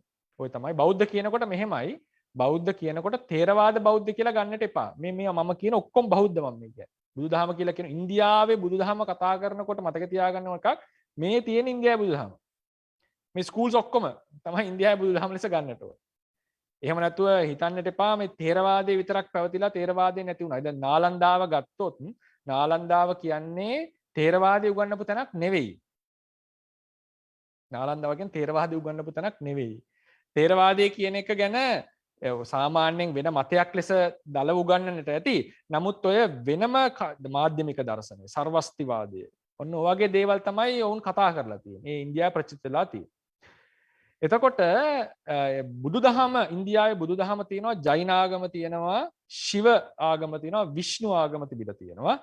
එතකොට මේකෙදී පළවෙනියෙන්ම ඔය ක්‍රම කීපයකට ඕක බුද්ධ ආගම නැති වෙන්නේ. එකක් තමයි ඒ කාලේ හිටපු ශිව විෂ්ණු ධර්මය අදහපු විශේෂ දක්ෂ ආගමික නායකයෝ කීප දෙනෙක් ලස්සන වැඩක් කරනවා. ඒ කාලේ දැන් sannivedana නැහැ නේ, Facebook මොනවත් එහෙම නැහැ නේ, social media නැහැ, YouTube එක නැහැ. එතකොට මොකද කරන්නේ? ලස්සන මේ ඔය භජන් වගේ ලස්සන ගීත නිර්මාණය කරනවා දේව ධර්මයේ සම්බන්ධයෙන්. සහ ඒවවලම බෞද්ධයන්ට නිගණ්ඨයන්ට නිග්‍රහ කරන ඒවාත් තියෙනවා. මේවා ඊටාම සංවිධානය වෙලා ගම් නියම් ගම් සිසාරා මේ ලස්සන අර සුමිහිරි ස්වරයෙන් ඒ ලස්සන ආකර්ෂණ නිසා මේවා ගායනා කර කර ලොකු ප්‍රොපගේෂන් එකක් ගිහිල්ලා තියෙනවා එක කාලයක එක යුගයක. මේක ලොකුවට ජන විඥාණයට බලපාපු සිද්ධියක්. ජලවාසි දැන් බෞද්ධ භික්ෂුන් වහන්සේලා ඒ වගේ අප්‍රෝච් එකක් ගන්න. අපේ ගොඩක් වෙලාවට ගාතාවක් තියෙන්නේ ඒකෙත් ඒ කියන්නේ ලස්සනට කියන ගාතාවක් තියෙනවා. නමුත් අර සින්දුවක් කියන්නේ නැහැ නේද? සංගීතයක් කියලා එකක් නැහැ. එතකොට අර සාමාන්‍යයෙන් අපේ මනස ලස්සන දෙයට මිහිරි දෙයට කැමති. ඒක ස්වභාවිකයි. දැන් උනත් බෞද්ධ දෙයක් සම්බන්ධයෙන් ලස්සන සින්දුවක් යනකොට ලස්සන නිකන් මොන හරි ආකර්ශනීය ෆිල්ම් එකක් එහෙම යනකොට හැඟීමක් එනවා මිනිස්සුන්ට. ඒක එක්තරා ඉමෝෂන් එකක්. ඒක නුවණට වඩා එක්තරා හැඟීමක් උපදිනවා. ඒ හැඟීම හේතු වෙනවා ඔහුගේ ශ්‍රද්ධාව වර්ධනය වෙලා ස්ථාවර වෙන්නට. ඉතින් බුදුදහමේ භික්ෂුන් වහන්සේලාට ඒකේ සීමාමායිම් තියෙනවනේ. ඒව කරන්නට බෑ. එතකොට බුදුරජාණන් භික්ෂුන් වහන්සේලා බණක් කියන එක දාර්ශනික කතාවක් භාවනාවක් කියලා දෙන එක. ඔයවාගේ තැනට පින්ඩපාත යන එක ඔයවාගේ දේවල් තමයි සාමාන්‍යයෙන් අනුගමනය කරන්නේ. ඉතින් අරක එනකොට ගොඩාක් මිනිසුන්ට ආකර්ෂණීය බවක් ලා දෙනවා. මේක ඉන්දියාව පුරා ගිහිල්ලා දෙනවා මේ මූවමන්ට් එක. ඊට පස්සේ දෙවෙනි එක තමයි ඒ ප්‍රදේශවල ඉන්දියාව කියන එක රටක් නෙවෙයි රටවල් ගණනක්. ඒ ප්‍රදේශවල රජවරු බෞද්ධ රජවරු දැන් ඉන්දියාවේ තියෙන කලබ්‍ර කියලා රජවරු කොටසක් ඔවුන් විශේෂ බෞද්ධ රජවරු පිරිසක් දකුණු ඉන්දියාවේ.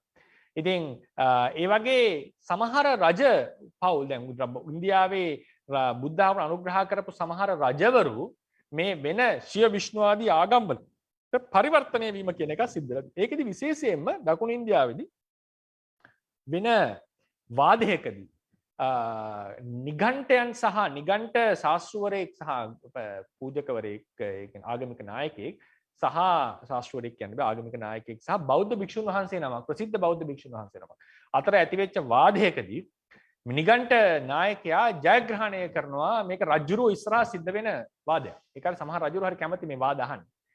ඒනල්ලා ඉතින් ඒක අහගෙන ඉන්නවා. එතකොට මේ වාදේ දිනනවා නිගණ්ඨ ශ්‍රාවකයා. එතකොට රජුරෝ නිගණ්ඨ ධර්මයේ කරේ පහදිනවා. ඉතින් අවසානයේදී නිගණ්ඨයෝ සහ බෞද්ධයෝ අතරත් ලොකු තරගයක් තිබිලා තියෙනවා. නිගණ්ඨයෝ බෞද්ධයෝ අතර තරගයක්, ශිව විෂ්ණු අතර තරගයක්. නමුත් ශිව විෂ්ණු කියන දෙගොල්ලෝ එක විදිහකට මේ අවස්ථාවේදී දෙගොල්ල මේ දේවාගමක් අදහන පිරිසක්. බෞද්ධයෝ සහ නිගණ්ඨයෝ අදේවවාදීන්. ඒතර අදේවවාදීන් කියන කොටසෙන් අපිට මේ පැත්තට කෙලිම පහරක් වදිනවා. ඉතින් අතනදී නිගණ්ඨ කට්ටිය ජයග්‍රහණ ඒක විශේෂ සිද්ධියක් වෙනවා. ක්‍රිස්තු වර්ෂ මට මතකයි 7 වෙනි සියවසේ වගේ සිද්ධ සිද්ධියක්. අත හරි ඊට පහුව කාලේ හරි ඔය වාදය පරදින එක. ඒක රජ කෙනෙක් ඉදිරියේ මට ඒක නම් ගියම් මේ ගම් රටවල් මතක නැහැ. ඒක ලොකු සිද්ධියක් වෙනවා මේ එක තැනකදී. ඉතින් ඒ රජුරුව පරිවර්තනය වෙනවා. රජුරුවන් පරිවර්තනය වෙනවා. බුද්ධ ආගමන අනුග්‍රහ අඩු වෙනවා.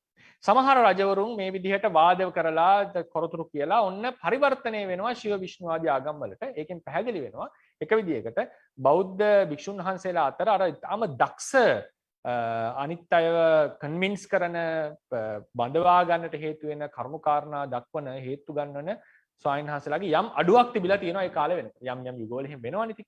යම් යුගවල අඩුපාඩු වෙනකොට ඒ අවස්ථාවවලදී වෙන වෙන දේවල් වෙන වෙන ආගම් වලට රජවරුන්ගේ ආකර්ෂණය ගිහිලා. ඒ සමහර රජවරු විනාශ කරලා තියෙනවා, හානි කරලා තියෙනවා භික්ෂුන් වහන්සේලාට. එහෙම වෙලක් තියෙනවා ඉන්දියාව ඇතුලේ. ඊට පස්සේ ඕක තමයි දෙක. ඊළඟට තුන්වෙනි පියවර ලෙස වෙන්නේ ඊටාම අමුතු දෙයක්. ඒ කියන්නේ බුදුදහමට ඔය ගොඩාක් පසු කාලින වෙන දෙයක්. බුදුදහම ඇතුලේ ඉගෙනගත්ත විශේෂයෙන් ඔය සංකරාචාර්ය කියලා කෙනෙක් ඉන්නවා. සංකරාචාර්ය කියලා.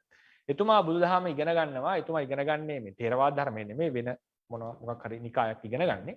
ඊට පස්සේ ඉගෙනගෙන එතුමා එක්කෝ එතුමාට වෙච්ච අසාධාරණයක් හෝ එතුමා හිතාගත් අසාධාරණයක් නිසා හරි කොහොම හරි මෙයා බෞද්ධ නිකායෙන් එළියට එනවා.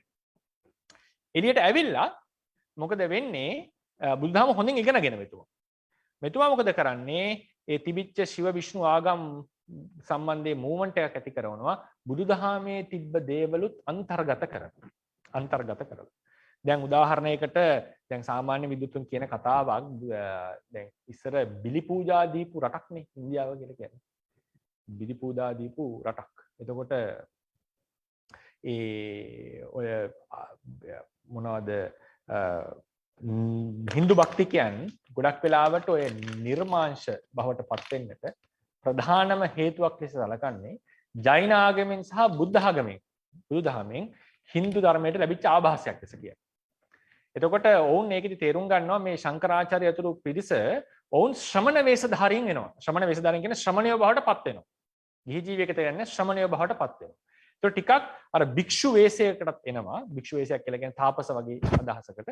ඇවිල්ලා ඔවුන් බුදුදහමේ තිබිච්ච විශේෂ දේවලුත් අරගෙන ඒ ධර්මය ශිව විෂ්ණු ආදී ධර්මයන් ලස්සනට අර්ථකථනය කරනවා. එතකොට ඒකේ කරපු එක දෙයක් තමයි බුදුරජාණන් වහන්සේ විෂ්ණුගේ අවතාරයක් බවට පත් කිරීම. දසවෙනි අවතාර 9 වෙනි අවතාරයනේ විෂ්ණු කියලා බුදුරජාණන් වහන්සේ කට්ටියට. 9 වෙනි 10ක් ඉන්න අවතාර. ඒකේ 9 වෙනි අවතාරය තමයි තථාගතයන් වහන්සේ. එතකොට මේක මිනිස්සුන්ට දරා ගන්න. එතකොට මේකේ හැටියට අර පරිවර්තනයට දැන් බුදුදහම අතහැරලා අර පැත්තට මිනිස්සුන්ට එකපාර දැන් කෙලින්ම අපි අදහගෙන හිටපු ශාස්ත්‍රෝරය අතහැරලා වෙන තැනකට එන්න අමාරුයි. සහ මිනිසුන් අතර බුදුරජාණන් වහන්සේ කියන පුද්ගලයා සම්බන්ධයෙන් ස්වභාවයෙන්ම ලොකු ශ්‍රද්ධාවක්, කැමැත්තක්, භක්තියක් තිබිලා තියෙනවා. ඒක අද වුණත් බටහිර ජාතිකයන් අතර පවතින එකක්. එහෙනම් මම ලේසියෙන් අහලා නැහැ බුදුරජාණන් වහන්සේට බයින කෙනෙක්. ගොඩක් වෙලාවට කට්ටිය අර්ථකථනය කරන්නේ බුදුරජාණන් වහන්සේගේ ධර්මයේ ශ්‍රාවකයෝ වෙනස් ලෙස අර්ථකථනය කරා කියලා මිසක් බුදුරජාණන් වහන්සේට බයින මිනිස්සු නැහැ. එහෙම අඩුයි. හරිනේ. එතකොට මිනිස්සු අතර මේ ශ්‍රේෂ්ඨ පුරුෂයෙක්, යුග පුරුෂයෙක් කියන හැඟීම තිබිලා තියෙනවා. එතකොට ඒ වගේම තමයි ඒ බෞද්ධ සම්ප්‍රදායෙන් ලැබිච්ච අවිහිංසාවාදී, ජෛන ආගමෙන් ලැබිච්ච අවිහිංසාවාදී ඒවා මිනිස්සු අතහරින්නට කැමති වෙලා නැහැ. එතකොට ඒ නිර්මාංශ භාවය ආදී දැන් ජෛනකයෝ නිර්මාංශ. එතකොට ඒ විශේෂයෙන් ජෛන පූජකයෝ එහෙම. එතකොට ඒ ලක්ෂණ ඇතුළත් වෙලා තියෙනවා මේ Hindu කියන ඒ සංකල්පයට. Hindu ආගම ආදී. එතකොට මේක ඒ යුගයක වුණා කියන එක තමයි විද්වතුන්ගේ අදහස. ඉතින් අර ධර්මයේ ඉගෙනගෙන අර ගැඹුරු philosophical points නැත්නම් දාර්ශනික කොටස් ටික ඔන්න බුදුදහමේ කරුණුත් එකතු කරගෙන වෙනස් වීමකට ලක් වෙනවා. ඒකෙදී දැන් බුදුරජාණන් වහන්සේ විෂ්ණුගේ අවතාරයක් බවට පත් වෙනකොට කාට හරි බෞද්ධයෙක් බවට පත් වෙලා විෂ්ණු අදහන කෙනෙක් බවට පත් වෙන්න එච්චර අමාරුවක් වෙන්නේ නැහැ. මොකද එහෙනම් අපි අදහව බුදුරජාණන් වහන්සේගෙත් විශේෂම කෙනානේ විෂ්ණු. බුදුරජාණන් වහන්සේ අනුත් විෂ්ණු එතකොට. එතකොට ඒ බෞද්ධයෙක් වුණත් ඒකේ ඉන්න පුළුවන් බවක් එනවා. බුදුරජාණන් වහන්සේත් ඉන්නවා. එහෙනම් විෂ්ණු අපි අදහව බුදුරජාණන් වහන්සේ මේ විෂ්ණු කියලා ඒ හිතට අදහස ගන්නට පහසු වෙනවා. එයාට ඒක දරන්න පුළුවන්. මේ විදිහට අවසානයේදී දාර්ශනික දැන් මුලින්ම අර ලස්සන ගීත ආදී ඇති කරමින් ගායනා කරමින් ඒක රට පුරා ප්‍රචාරණයක් යනවා. ඊට පස්සේ රජවරුන්ගේ පරිවර්තනයක් සිද්ධ වෙනවා. අවසාන එක තමයි දාර්ශනිකව උගතුන් අතර ඊට පස්සේ මේ ඩිබේට්ස් විශේෂයෙන් වාද විවාද යනවා. ඒ කාලේදී වාද විවාද වලින් ජය ගන්නවා සහ ඒ බුදුදහමේ තිබිච්ච ලස්සන දේවල් අරගෙන ඒ Hindu ධර්මයේ ශිව විෂ්ණු ධර්මයන් විග්‍රහ වෙන්නට පටන් ගන්නවා. ඒතර මේ පියවර තුනෙන් මේක යනකොට ක්‍රමානුකූලව මිනිසුන් අතරින් බුදුදහම ක්‍රමානුකූලව තුරන් වෙන්නට පටන් ගන්නවා. ඒක තමයි ප්‍රධානම හේතුව. ඊට පස්සේ මොකද වෙන්නේ? පස්සේ එනවා මොගල් ආක්‍රමණය කියලා එකක්. මොගල් අධිරාජ්‍යයේ මොගල් කියන්නේ මේ අරාබිකරයෙන් එන ආක්‍රමණයක් තියෙනවා. ඒ පැත්තේ ඒ ආක්‍රමණය එනකොට ඒ ආක්‍රමණය ඇවිල්ලා මුළු ඉන්දියාවේ ලොකු ප්‍රදේශයක් මේක යටත් කරනවානේ. අක්බර්ලා එහෙම විශේෂ අධිරාජ්‍යවරු. එතකොට දැන් බලන්න ඔක ගොඩක් තැන්වල වෙලා තියෙනවා. වෙන රජ කෙනෙක් ඇවිල්ලා ආක්‍රමණය කරලා පාලනය කරනකොට ගොඩක් අවස්ථා සමහර තැන්වල ඒක වෙනස් වෙලා තියෙනවා. ගොඩක් අවස්ථාවලදී ඒ ධර්මයට වෙනස් ධර්මයක් අනිත් අය දැහුවත් රජවරු ඒ ධර්මයේ ඒ අදහන ධර්මය පිළිගන්න එපා කිව්වත් සමහර බොහෝ රටවල මිනිස්සු ඒක ඒ ධර්මයේම අදහගෙන ඉඳලා තියෙනවා. දැන් ලාවෝ රටේ කැරල්ල කමියුනිස්ට් කැරල්ල ආපු වෙලාවේදී බුදුදහම භික්ෂුන් වහන්සේලාව සිවුරු අරවනවා. සමහර භික්ෂුන් වහන්සේලාව ඝාතනය කරනවා. මේ බුදුදහම නමුත් මිනිස්සුන්ගේ හිතෙන් බුදුදහම තුරන් වෙන්නේ නැහැ. මිනිස්සුන්ගේ හිතෙන් බුදුදහම තුරන් වෙන්නේ නැහැ. දැන් ඉස්ලාම් ධර්මය ප්‍රබල වෙච්ච ආක්‍රමණය ආවත් ඉන්දියාවේ හින්දුන් ප්‍රමාණය ගොඩාක් ඉන්නවනේ. එතකොට මිනිස්සුන්ගේ හිතට කාවැදිච්ච එක ලේසියෙන් වෙනස් කරන්න අමාරුයි. සමහර රටවල එහෙම වෙනස් වෙච්ච බවක් තියෙනවා. ඔය ඉන්දුනීසියා, මැලේසියා වගේ රටවල. ඉතින් කෙසේ වෙතත් අර මේ මොගල් ආක්‍රමණය එනකොට මොකද වෙන්නේ? මිනිස්සු අතර ශිව විෂ්ණු ධර්මය ප්‍රචලිත වෙලා ඉවරයි.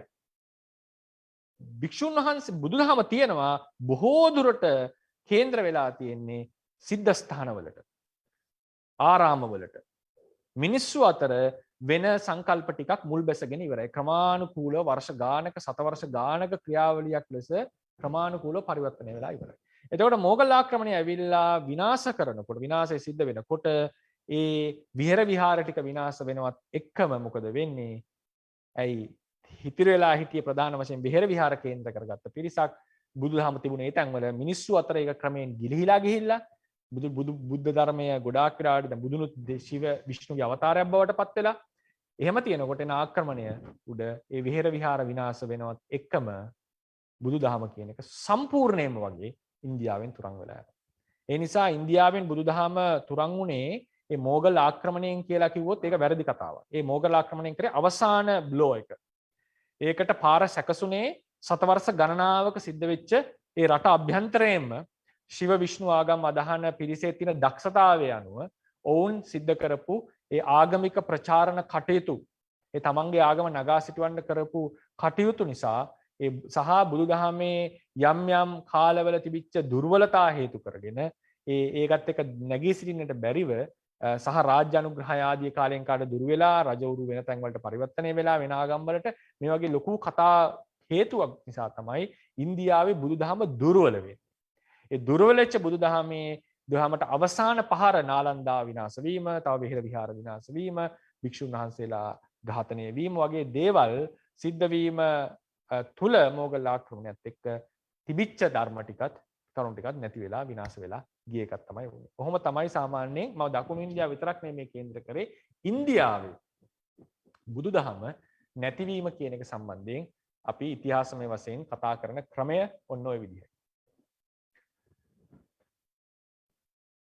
එහෙමයි ස්වාමීන් වහන්සේ. ස්වාමීන් වහන්සේ ඒතකොට දැන් අර වංශ දැන් මේ ගිය සතියේ ඉඳලා පටන් ගත්ත විදිහට මුලින්ම ඔය බෙදීම පටන් ගන්න එක හේතුවක් උනේ අර දස අකප මේ කරුණ ටිකනේ. ඔව්. එතකොට ස්වාමීන් වහන්සේ ඒ විදිහට ගත්තොත් එතන ඒක වැඩිපුර ඒ කරුණුත් එක්ක විනයට සම්බන්ධ ටිකක් නේ. ඒතකොට ස්වාමීන් වහන්සේ දැන් බෙදිලා ගිය අය ඒ කරුණ වලින් යම් ප්‍රමාණයක් පිළිගෙන ඒ විදිහට යන්නේ නැත්නම් ඒතකොට මූලික ඉතුරු වෙච්ච අය දැන් අපි වහන්සේත් කිව්ව විදිහට දැන් තේරවාදී සම්ප්‍රදාය පටන් ගත්තා කියන මේ සම්ප්‍රදායට ඒ කරුණු මේ විනය කරුණු ඒ විදිහට රැකගෙන එන්න එකනේ පිළිගන්නේ නැත්තේ ස්වාමීන් වහන්සේ. එතකොට ස්වාමීන් වහන්සේ දැන් එතකොට දහම් කරුණු වගේම විනයටත් ඒ විදි සම්ප්‍රදාය පවත්වාගෙන යන්න සෑහෙන වැදගත්කමක් ඇවිල්ලා තියෙනවානේ ස්වාමීන් වහන්සේ. එතකොට ස්වාමීන් වහන්සේ දැන් මේ අද තියෙනකොට ස්වාමීන් වහන්සේ දැන් අද අපි තේරවාදී කිව්වම එහෙම වුණොත් පොතේ විතරක් තියෙන කරුණු විතරක් නෙවෙයි මේ සම්ප්‍රදාය දිගට යන්න නම් ස්වාමීන් වහන්සේ දෙකම එක විදිහට යන්න ඕනනේ ස්වාමීන් වහන්සේ. එතකොට අද ලංකාවේදීත් ඒක එතකොට ඒ කියන්නේ එහෙම නොවුනොත් ඒක එතකොට ඒ සම්ප්‍රදාය පවතින දිගට පුළුවන්කමක් තියෙයි ස්වාමීන් වහන්සේ. මම දැන් මම අහපු ප්‍රශ්නයක ඔය ඒක තමයි පළවෙනි සංගාය ඔබතුමායි කතාව හරි. ඔබතුමායි කතාව 100%ක්ම හරි. මම එකඟයි ඒකට. පළවෙනි සංගායනාවේදී අහනවනේ මොකද්ද මුලින්ම සංගායනා කරන්නේ ධර්මයේද විනයද කියලා. ඉතින් රහතන් වහන්සේලා 509 මොකද එකහණෙන් කිව්වේ? 3 පාරක් කිව්වනේ. එකහණෙන් මොකද්ද කිව්වේ? එකහණෙන් කිව්වා එකපාරටම මේ විනයෝ නාම ශාසනස්ස ආයු විනයේ තිතේ ශාසනං පිතං හෝති.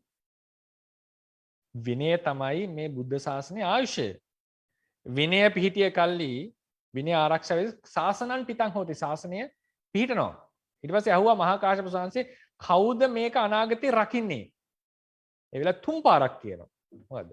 ලජ්ජී රක්කිස්සanti ලජ්ජී රක්කිස්සanti ලජ්ජී රක්කිස්සanti. ශික්ෂාපද කෙරෙහි ගෞරවයේ තියෙන භික්ෂුන් වහන්සේලාමයි මේ ශාසනය රකින්නේ.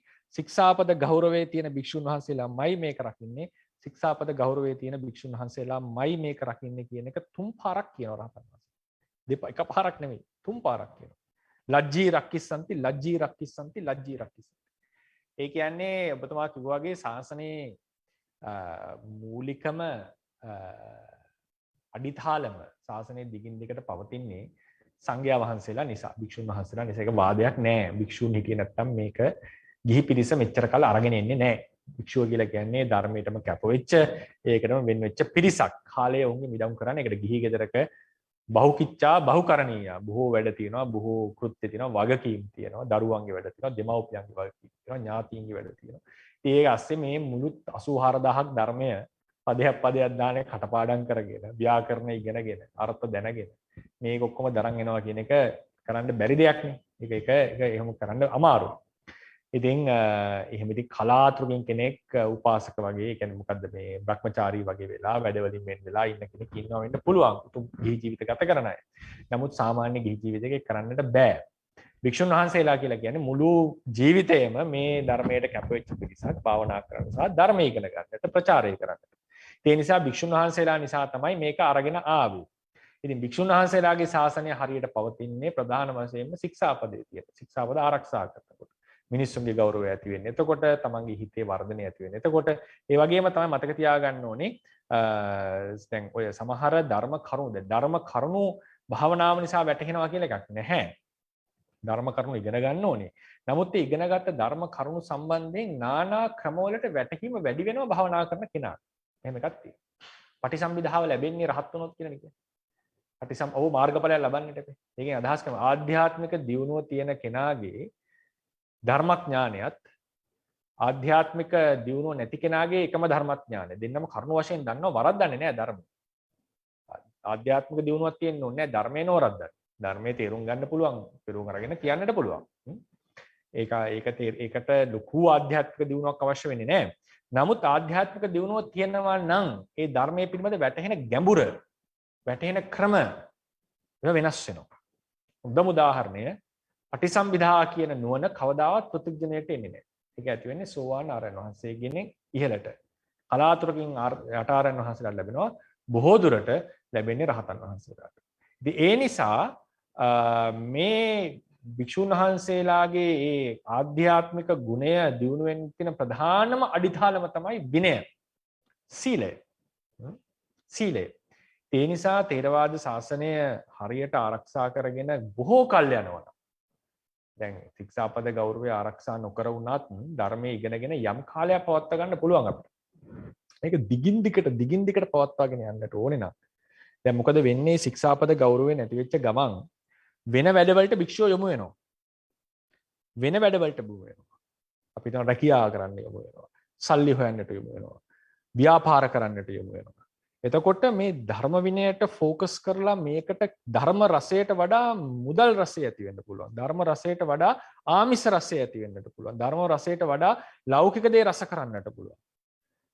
එතකොට අර ධර්මයට යොමු වෙන ස්වභාවය අඩු වෙනවා, ධර්ම අධ්‍යයනය අඩු වෙනවා. ඊට පස්සේ තියෙන දෙයකින් ධර්මයේ කියන්න පටන් ගන්නවා. ඊට පස්සේ තමයි ওই විකෘති ආදී විකෘති කියන්නේ වෙනස් ලෙස අර්ථකථනය සිද්ධ වෙන්නට හේතු වෙනවා. ඉතින් ප්‍රධානම හේතුවක් මේ විනය ආරක්ෂා වෙන එක. විනය ආරක්ෂා වෙච්ච ගමන් භික්ෂුවට කළ හැකි කෘත්‍යයන් ටික සීමා වෙනවා. ප්‍රධානම එක හොඳට විනය අධ්‍යයනය කරොත් කරන්න පුළුවන් කෘත්‍ය සීමායනේ විනය අනුගමනය කරනකොට හරියට. එතකොට ඔහුට ඉතිරි වෙන්නේ තමන්ගේ අපි හැමෝම හොයන්නේ සතුටක්. සතුටක් හොයන තමයි මහාන වෙන්නේ. කවුරුත් දුකට ඉන්නේ මහාන වෙන්නේ නැහැ. සැනසීමක් හොයන තමයි කසාද බඳින්නේ. සැනසීමක් හොයන තමයි මහාන වෙන්නේ. සැනසීමක් හොයන තමයි දරුවෙක් හදන්නේ. සැනසීමක් හොයන තමයි රැකියාවක් හොයන්නේ. අපි හැමෝම කරන්නේ ඒක. හැම මිනිස්සෙක්ම හැම සත්වයකගේම ස්වභාවයක් ඒක. එතකොට මේ සැනසීම කියන එක භික්ෂුවට අවශ්‍යයි. එතකොට මේ සැනසීම ගන්නට පුළුවන් වෙන වෙන ලෞකික දේවල් කරලා භික්ෂුවක් වුණත් ඉතින් මිනිස්සෙක්. නමුත් අර විනය හරියට ආරක්ෂා වෙනකොට ඔහුට ඒ සැනසීම ලබා ගන්න තියෙන්නේ ඊටාම ඔප්ෂන්ස් කීපයයි. එක්ක ආධ්‍යාත්මික සමාධියක් වගේ එකක් දිනු කරලා. නැත්තම් ගැඹුරු ධර්මයේ අධ්‍යයනය කරමින් ඒක මානසිකාර කරලා ඒක උගන්වලා ඒකේ රසය දැන විඳින්න. ඒ වගේ ඊට පස්සේ නැත්තම් වත්පිළිවෙත් කරමින් විරහ විහාරයක ඉඳමින් කුසල් කරමින් සංඝයාට උපස්ථාන කරමින් මේ හැම ක්‍රමයකටම යන්න පුළුවන්. එතකොට ඒකේ ඔය ඉතිරි වෙච්ච එක තමයි ධර්මයේ ඉගෙන ගන්නවා, ධර්මයේ අධ්‍යයනය කරනවා, ගැඹුරින් තේරුම් ගන්නවා, උගන්වනවා, ඉගෙන ගන්නවා කියන කොටස් ටික. එතකොට ඒ නිසා විනය කියලා කියන්නේ මේ ශාසනයේ භික්ෂුව ධර්මයේ වෙත යොමු කරන ප්‍රධානම ටූල් එක. ඒක තමයි අර මොකක්ද ඒ කියන්නේ වැටක් වගේ එන තියෙන. ඒක පිට යන්න දෙන්නේ නැතුව ඒක ඇතුලේ ඉන්නට දෙන්න. ඒ නිසා ඒක ඉතාම වැදගත්. මම එකෙන් කියන්නේ නැහැ ධර්මය සම්පූර්ණයෙන් හදාරන්නට සියලු විනය ශික්ෂාපද ඒ විදිහටම ආරක්ෂා කරපු කෙනෙක් විතරමයි ධර්මයේ හරියට තේරුම් ගන්න එහෙම කියන එකක් නෙමෙයි මම අදහස් කරන්නේ. සමස්තයක් ලෙස ගත්තම විනය ලිහිල් වෙන්න මොකද වෙන්නේ? භික්ෂුන් වහන්සේලා වෙන වැඩවලට යොමු වෙන්න පටන් ගන්නවා. එතකොට මේකට තියෙන අවධානය අඩු වෙනවා. අවසානයේදී වෙන්නේ ධර්ම සංරක්ෂණය වැටෙන එක පල්ලෙහාට. ඒ නිසා යම් කාලයක් විනය නැතුව ධර්මයේ පවත්වාගෙන යන්න පුළුවන් වෙයි අපිට ශාසනයක් ලෙස. නමුත් මේක අවුරුදු 7 වර්ෂ ගාණක් හිතුවොත් මිලේනියම්ස් නැත්තම් සහස්‍ර වර්ෂ ගණන් අපි හිතනවා නම් මේක ගැන. ඒක යන්න ලේසි නෑ. ඒක යන්නට බෑ ඇත්තටම කියනවා. මොකද ඊට පස්සේ මේක කොච්චර ගැඹුරුද මේ ධර්මය කොච්චර කාලයක් කැප කරන්නට ඕනේද මේක ඉගෙන ගන්නට. ඔකට තේරෙනවා ඇතිනේ. තේරවාද සම්ප්‍රදාය මූල ධර්ම ටික උගන්වන්න යනකොට කොච්චර දේවල් තියෙනවද? ඉතින් කෙනෙක් හිතනවා මෙච්චර කල් කොච්චර කාලයක් ගන්නද මේක ඉගෙන ගන්න කියලා කෙනෙක්ට අහනවා. ඉතින් සමහරව එකෙන් අපහදිනවා මෙච්චර මහන්සි වෙන්න ඕනද නිවන් දකින්න කියලා. ඒක වෙනම කතාවක්. ඒක වෙනම සංවාදයක්. නමුත් මේක තමයි තේරවාද ධර්මය කියලා කියන්නේ. ඒ නිසා ඒකට කැපවෙන්නට කැපවෙන කාලය කැපවෙන්න කාලෙ ඉතිරි වෙනවා භික්ෂුවට විනය ආරක්ෂා වෙනකොට. ඒ වගේම ආධ්‍යාත්මික දියුණුව ඇති වෙලා මිනිස්සුන්ගේ ප්‍රසාදය වැඩි වෙලා සහ තමන් ඉගෙනගත්ත ධර්මයෙන් තමන්ටත් ප්‍රයෝජනයි. තමන් ඉගෙනගත්ත ධර්මය තවත් ගැඹුරට වැටහෙන්නේ ඒ විනය ආරක්ෂා කරමින් ගුණධර්ම ප්‍රගුණ කරගෙන යනකොට. ඒකත් මම කියන්නට ඕනේ. ඒක හොඳම උදාහරණය පටිසම්භිදා પ્રાપ્ત වීම. ඉතින් ඒ නිසා මම මේකෙන් අදහස් කරේ ධර්මය ඉගෙන ගන්න නැතුව භාවනා කරාම සියල්ල වැටෙනවා කියන තැන නෙවෙයි. එහෙම තැනක මම නෑ. ඒක ධර්මයට එකඟ ප්‍රකාශනයක් නෙවෙයි. ඉතින් ඒ නිසා ඔබතුමා කිව්වා වගේ ධර්මය අපි ආරක්ෂා කරගන්නට ඕනේ නම් මම දූරදර්ශකව හිතුවොත් ධර්ම සංරක්ෂණයේ තියෙන මූලිකම අංගයක් තමයි භික්ෂුන්ගේ විනය සංරක්ෂණය. භික්ෂුන්ගේ විනය සංරක්ෂණය වෙනකොට තමයි භික්ෂුන් වහන්සේලා සැබවින්ම කැප වෙන්නේ ධර්ම අධ්‍යයනයට. බාහිර දේවලින් වෙන් වෙන්නේ. බුදුරජාණන් වහන්සේගේ විනය ආරක්ෂණයට මිච්ඡාජීවයෙන් වැළකෙන්නේ. අපේ කෘත්‍ය යම් ඉලක්කයකට යොමු වෙන්නේ. ඒ නිසා ඔබතුමා කියපු කතාව මම 100%ක් එකඟයි. ඒ විනය ආරක්ෂා වීම කියන එක දීර්ඝ කාලීනව ගත්තම තාම වැදගත් වෙනවා මේ ශාසනයේ චිරපැවැත්ම. ඒ නිසා තමයි රහතන් වහන්සේලා 509 කිව්වේ විනයෝ නාම ශාසනස්ස ආයු විනේටිතේ ශාසනං පිටං හෝති. විනය තමයි ශාසනයේ ආයුෂය. Life blood. ඒ කියන්නේ මේ ජීවිතේ පවත්වන ජීවිතින්ද්‍රිය ශාසනය මොකක්ද කියලාත් විනය. විනේටිතේ ශාසනං පිටං හෝති. විනය පවත්වන කලේ ශාසනය පැවතියාවේ. කවුද මේක රකින්නේ? විනයට ගරු කරන ලජ්ජී කියන එකේ තේරුම ලැජ්ජා බය තියෙන. හිරියොතප් තියෙන භික්ෂුව. ලජ්ජී රක්කිසanti කියලා තුන් පාරක් කිව්වේ ඒ කරුණ නිසා තමයි. බොහොම පිං ස්වාමීන් වහන්සේ සාමිසා ඒතර අර සරියුත් හාමුදුරුවොත් අර මුලින්ම විනය පනවනකොට බුදුහාමුදුරන්ට ආරාධනා කරනකොටත් ඒක අර බොහෝ කාල පවතින ඒ අර්ථෙන්ය මේ යෝජනා කරේ. ඒතර ස්වාමීන් වහන්සේ මේ ගිහියෙක් විදිහට මම මේක කියන එක සමහර කෙනෙක් හිතන්න පුළුවන් වැරදියක් වෙයි කියලා. ඒ වුණාට මේ අර තේරවාද බුදුහාම ගොඩක් කල් තියෙන්න ඕන නම් ඇත්තට මේ වෙලාවේ වැඩිපුර එහෙනම් වැදගත් වෙන්න පුළුවන් ඒ විනය පැත්ත ආරක්ෂා වෙන විදිහට මොනවා හරි පනතකට වැඩි ඒ වගේ යනවා නම් බොහෝ කාලයක් තව පතින් හේතු වෙයි කියලා හිතනවා සාමිස තිරුවන්සර්. පැහැදිලිවම ධර්මය විකෘති වෙන්නට ධර්මය පිළිබඳ නානා අර්ථකථන එන්නට ප්‍රධානම හේතුව හරියට ධර්මය අධ්‍යයනය නොකිරීම බොහෝ භික්ෂුන් අතින්. ශාසන භාරධාරී භික්ෂූන් අතින් ධර්මය ගැඹුරින් අධ්‍යයනය නොවීම. ඒ නිසා තමයි දුර්මතයක් එනකොට ඛණ්ඩනය කරන්නට හැකියාවක් නැත්තේ. එතකොට ඒ අධ්‍යයනය නොවෙන්නට ප්‍රධානම හේතුවක් තමයි භික්ෂුව තමන්ගේ මූලික ඉලක්කයෙන් බැහැරවීම. මූලික ඉලක්කයෙන් බැහැර වෙන එකේ තියෙන ප්‍රධානම සාධකයක් තමයි විනය ආරක්ෂා නොවීම. ඒ නිසා ඒකේ දුරට ගියාම අපි චෝදනා කරනවා මෙහෙම ධර්මය වෙනස් වෙනවා මෙහෙම ධර්මය වෙනවා කියලා ගත්තම මේකේ මූල හේතු බැලුවම ධර්ම විනය අධ්‍යයනයට we are not dedicated. මම එහෙම එක කියන්නේ. කොහොමද ඒකට කියන්නේ මේ අපි ඒකට කැප වෙලාමදී. ඒ කැප වෙච්ච භවමදී. සමස්තයක් ලෙස මම කියන්නේ ධර්ම ඉගෙන ගන්න සාසල ඉන්නවා. කැප වෙලා බණ කියන අය ඉන්නවා. උන්වහන්සේලාට මගේ එහෙම එකක් නෙමෙයි මම මේක සමස්තයක් ශාසනයක් ලෙස ගත්තම ඒ බව අඩුයි. පොදුවේ. ඒ අඩු වෙන්නට ප්‍රධානම හේතුවක් තමයි මේ විනය කියන එකේ ලිහිල්භාවය. එතකොට අපි වෙන දේවල් වලට තමයි අපේ අවධානය යන්නේ. බුදුරජාණන් වහන්සේ පනෝප ශික්ෂාපද ටික බලන්න. මේ ශික්ෂාපද ටික එසෙන්ස් එකත් එක්ක අපි ආරක්ෂා කරනවා නම් ලාභ සත්කාර ආදියට යට වෙන්නේ නැතුව හොඳ සංයමයකින් මේ ධර්මයේ යෙදෙනවනම් ප්‍රතිපත්ති ගරුක වෙනවනම් අපිට ඉතිරි වෙන්නේ බණ භාවනා කරන්න, ධර්මයේ ඉගෙන ගන්න, ධර්මයේ දේශනා කරන්න, ධර්ම ප්‍රචාරණය කරන්න, සංඝයාගේ වැඩ ටික කරන්න, මත්පිළිවෙත් ටික කරන්න, ශිෂ්‍යයෙක් හදන්න, ඕවාදයක් දෙන්න, ඒක ගන්න, ඒ වගේ ඊටාම සීමිත වැඩිහිටියෙක්ගේ වට්ටික් කරන්න, ඒ වගේ සීමිත හාලපර මේවා ටිකක් තමයි අපිට ඉතිරි වෙන්නේ. ඒ ටිකේ ඉන්නකොට සැබවින්ම ඔබ ධර්මයෙන් වැඩෙනවා. ධර්මය ඔබට ලැබෙනවා භික්ෂුවට. ඒක සමස්තයක් වශයෙන් රටේ වෙනවා නම් භික්ෂුන් වහන්සේලා වැඩිපුර ධර්ම අධ්‍යයනයට යොමු වෙනවා. ධර්ම අධ්‍යයනයේ හරියට තේරවාදී සම්ප්‍රදාය රට පුරා අධ්‍යයනය වෙනවා නම් බුරුමේ වගේ. බුරුමේදී එකක් මම කියන්නේ බුරුමේ ගත්තම ඒකෙන් මම අදහස් කරන්නේ බුරුමේ ශික්ෂාපද සියල්ල හොඳටම හැමතැනකම ආරක්ෂා වෙනවා කියලා. ශික්ෂාපද සියල්ල හොඳටම ආරක්ෂා වෙනවා කියලා මම අදහස් කරන්නේ. ඒකේ ප්‍රතිඵල තියෙනවා. දැන් සමහර මොනාස්ට්‍රිස් තිබිලා තියෙනවා. මම කියන නමෝ තස්ස භගවතෝ අරහතෝ සම්මා සම්බුද්දස්ස කියන ගාථා මාස 3ක් උගන්වන. තරම් විශේෂ පරියත්ති මධ්‍යස්ථාන. නමුත් විනය පිරිහෙනවා ඒ තැන්වල. දැන් වෙනකොට එක භික්ෂුවයි ඉන්නේ මේ සම්ප්‍රදාය හරියට ඉගෙන ගන්න. පකගු ක්‍රමය. ඒ ස්ථාන නැති වෙනවා. හේතුව මොකද? විනය ආරක්ෂා වෙන්නේ නැහැ. හරියට. එතකොට අපිට යුගයක් දෙකක් යන්න පුළුවන් එහෙම. ඒ නිසා බුරුමේ වෙන්නේ මොකක්ද දන්නවද? බුරුමේ දැන් එහෙම සමහර තැන්වල පිරිහීගෙන යනකොට වෙන වෙන තැන් හොඳ විනයත් එක්ක ආරම්භ වෙනවා. සහ මම විනය කියන එකෙන් මම අදහස් කරනකොට විනය කියන එකෙන් මම බුරුමේදී ඒක සාමාන්‍යයෙන් කියන්නේ මේ ශික්ෂාපද සියල්ලෙන් සියල්ලම ආරක්ෂා මෙතන විනය කතාව. හරි. අඩුම තරමේ යම් සීමාවක් හරි තියෙන්නද? යම් සීමාවක් තියෙනවා. ඒක බුරුමේ පරියත්ති මධ්‍යස්ථාන ගත්තම ඒ වගේ සමස්තයක් ලෙස ගත්තම විනය පැත්තේ ඉහළ බවක් තියෙනවා. සමස්තයක් ලෙස ගත්තම. විනය අඩු ආරණ්‍යවල ක්‍රමානුකූලව ඒක යුගයක් දෙකක් යනකොට වැටෙනවා ඒ ක්වොලිටි. ඒක තියෙන ඇත්තක්. මොකද හේතුව අපි ධර්මයට යොමු වෙන එක අඩුයි. ඉතින් ඒ නිසා අපි දීර්ඝ කාලීන පැලසුම් හොයනවා නම් මේක මේ විනය අයින් කරලා භික්ෂුවට ධර්මය යනවා කියන එක බොරු කතාවක්. ඒක කෙනෙක් දෙන්නෙක් කරයි. මම කියන්නේ නැහැ. එහෙනම් පුළුවන් අය ඉන්නවා. යුගයක් දෙකක් යයි. මේ වගේ මීඩියා තියෙන හින්දා යම් කාලයක් ඇදගෙන යයි. නමුත් දීර්ඝ කාලීනව යන්න බෑ. මොකද හේතුව සැබෑ කැපවීම එන්නේ නැහැ භික්ෂුව ඇතුලේ.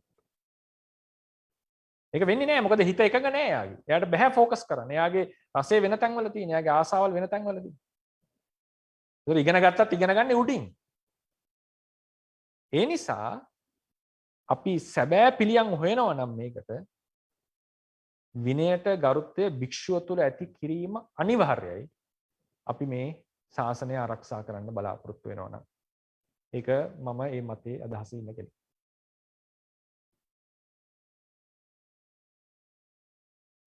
බොහොම පිං සම්මත තෙරුවන් සරණයි. තෙරුවන් සරණයි. එහෙනම් අපි අදට නවත්තමු.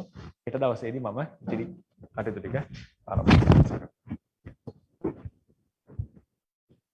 මේ රැස් කරගන්න තියනවා පුණ්‍ය සම්භාරය තව තවත් ධර්මඥාන භාවනා ඥාන දියුණු කරගෙන නිවනින් සැනසෙන්නටම හේතු වේවා.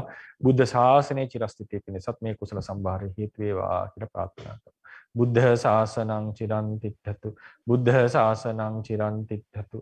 බුද්ධ ශාසනං චිරන් තිට්ඨතු. සාධු සාධු සාධු.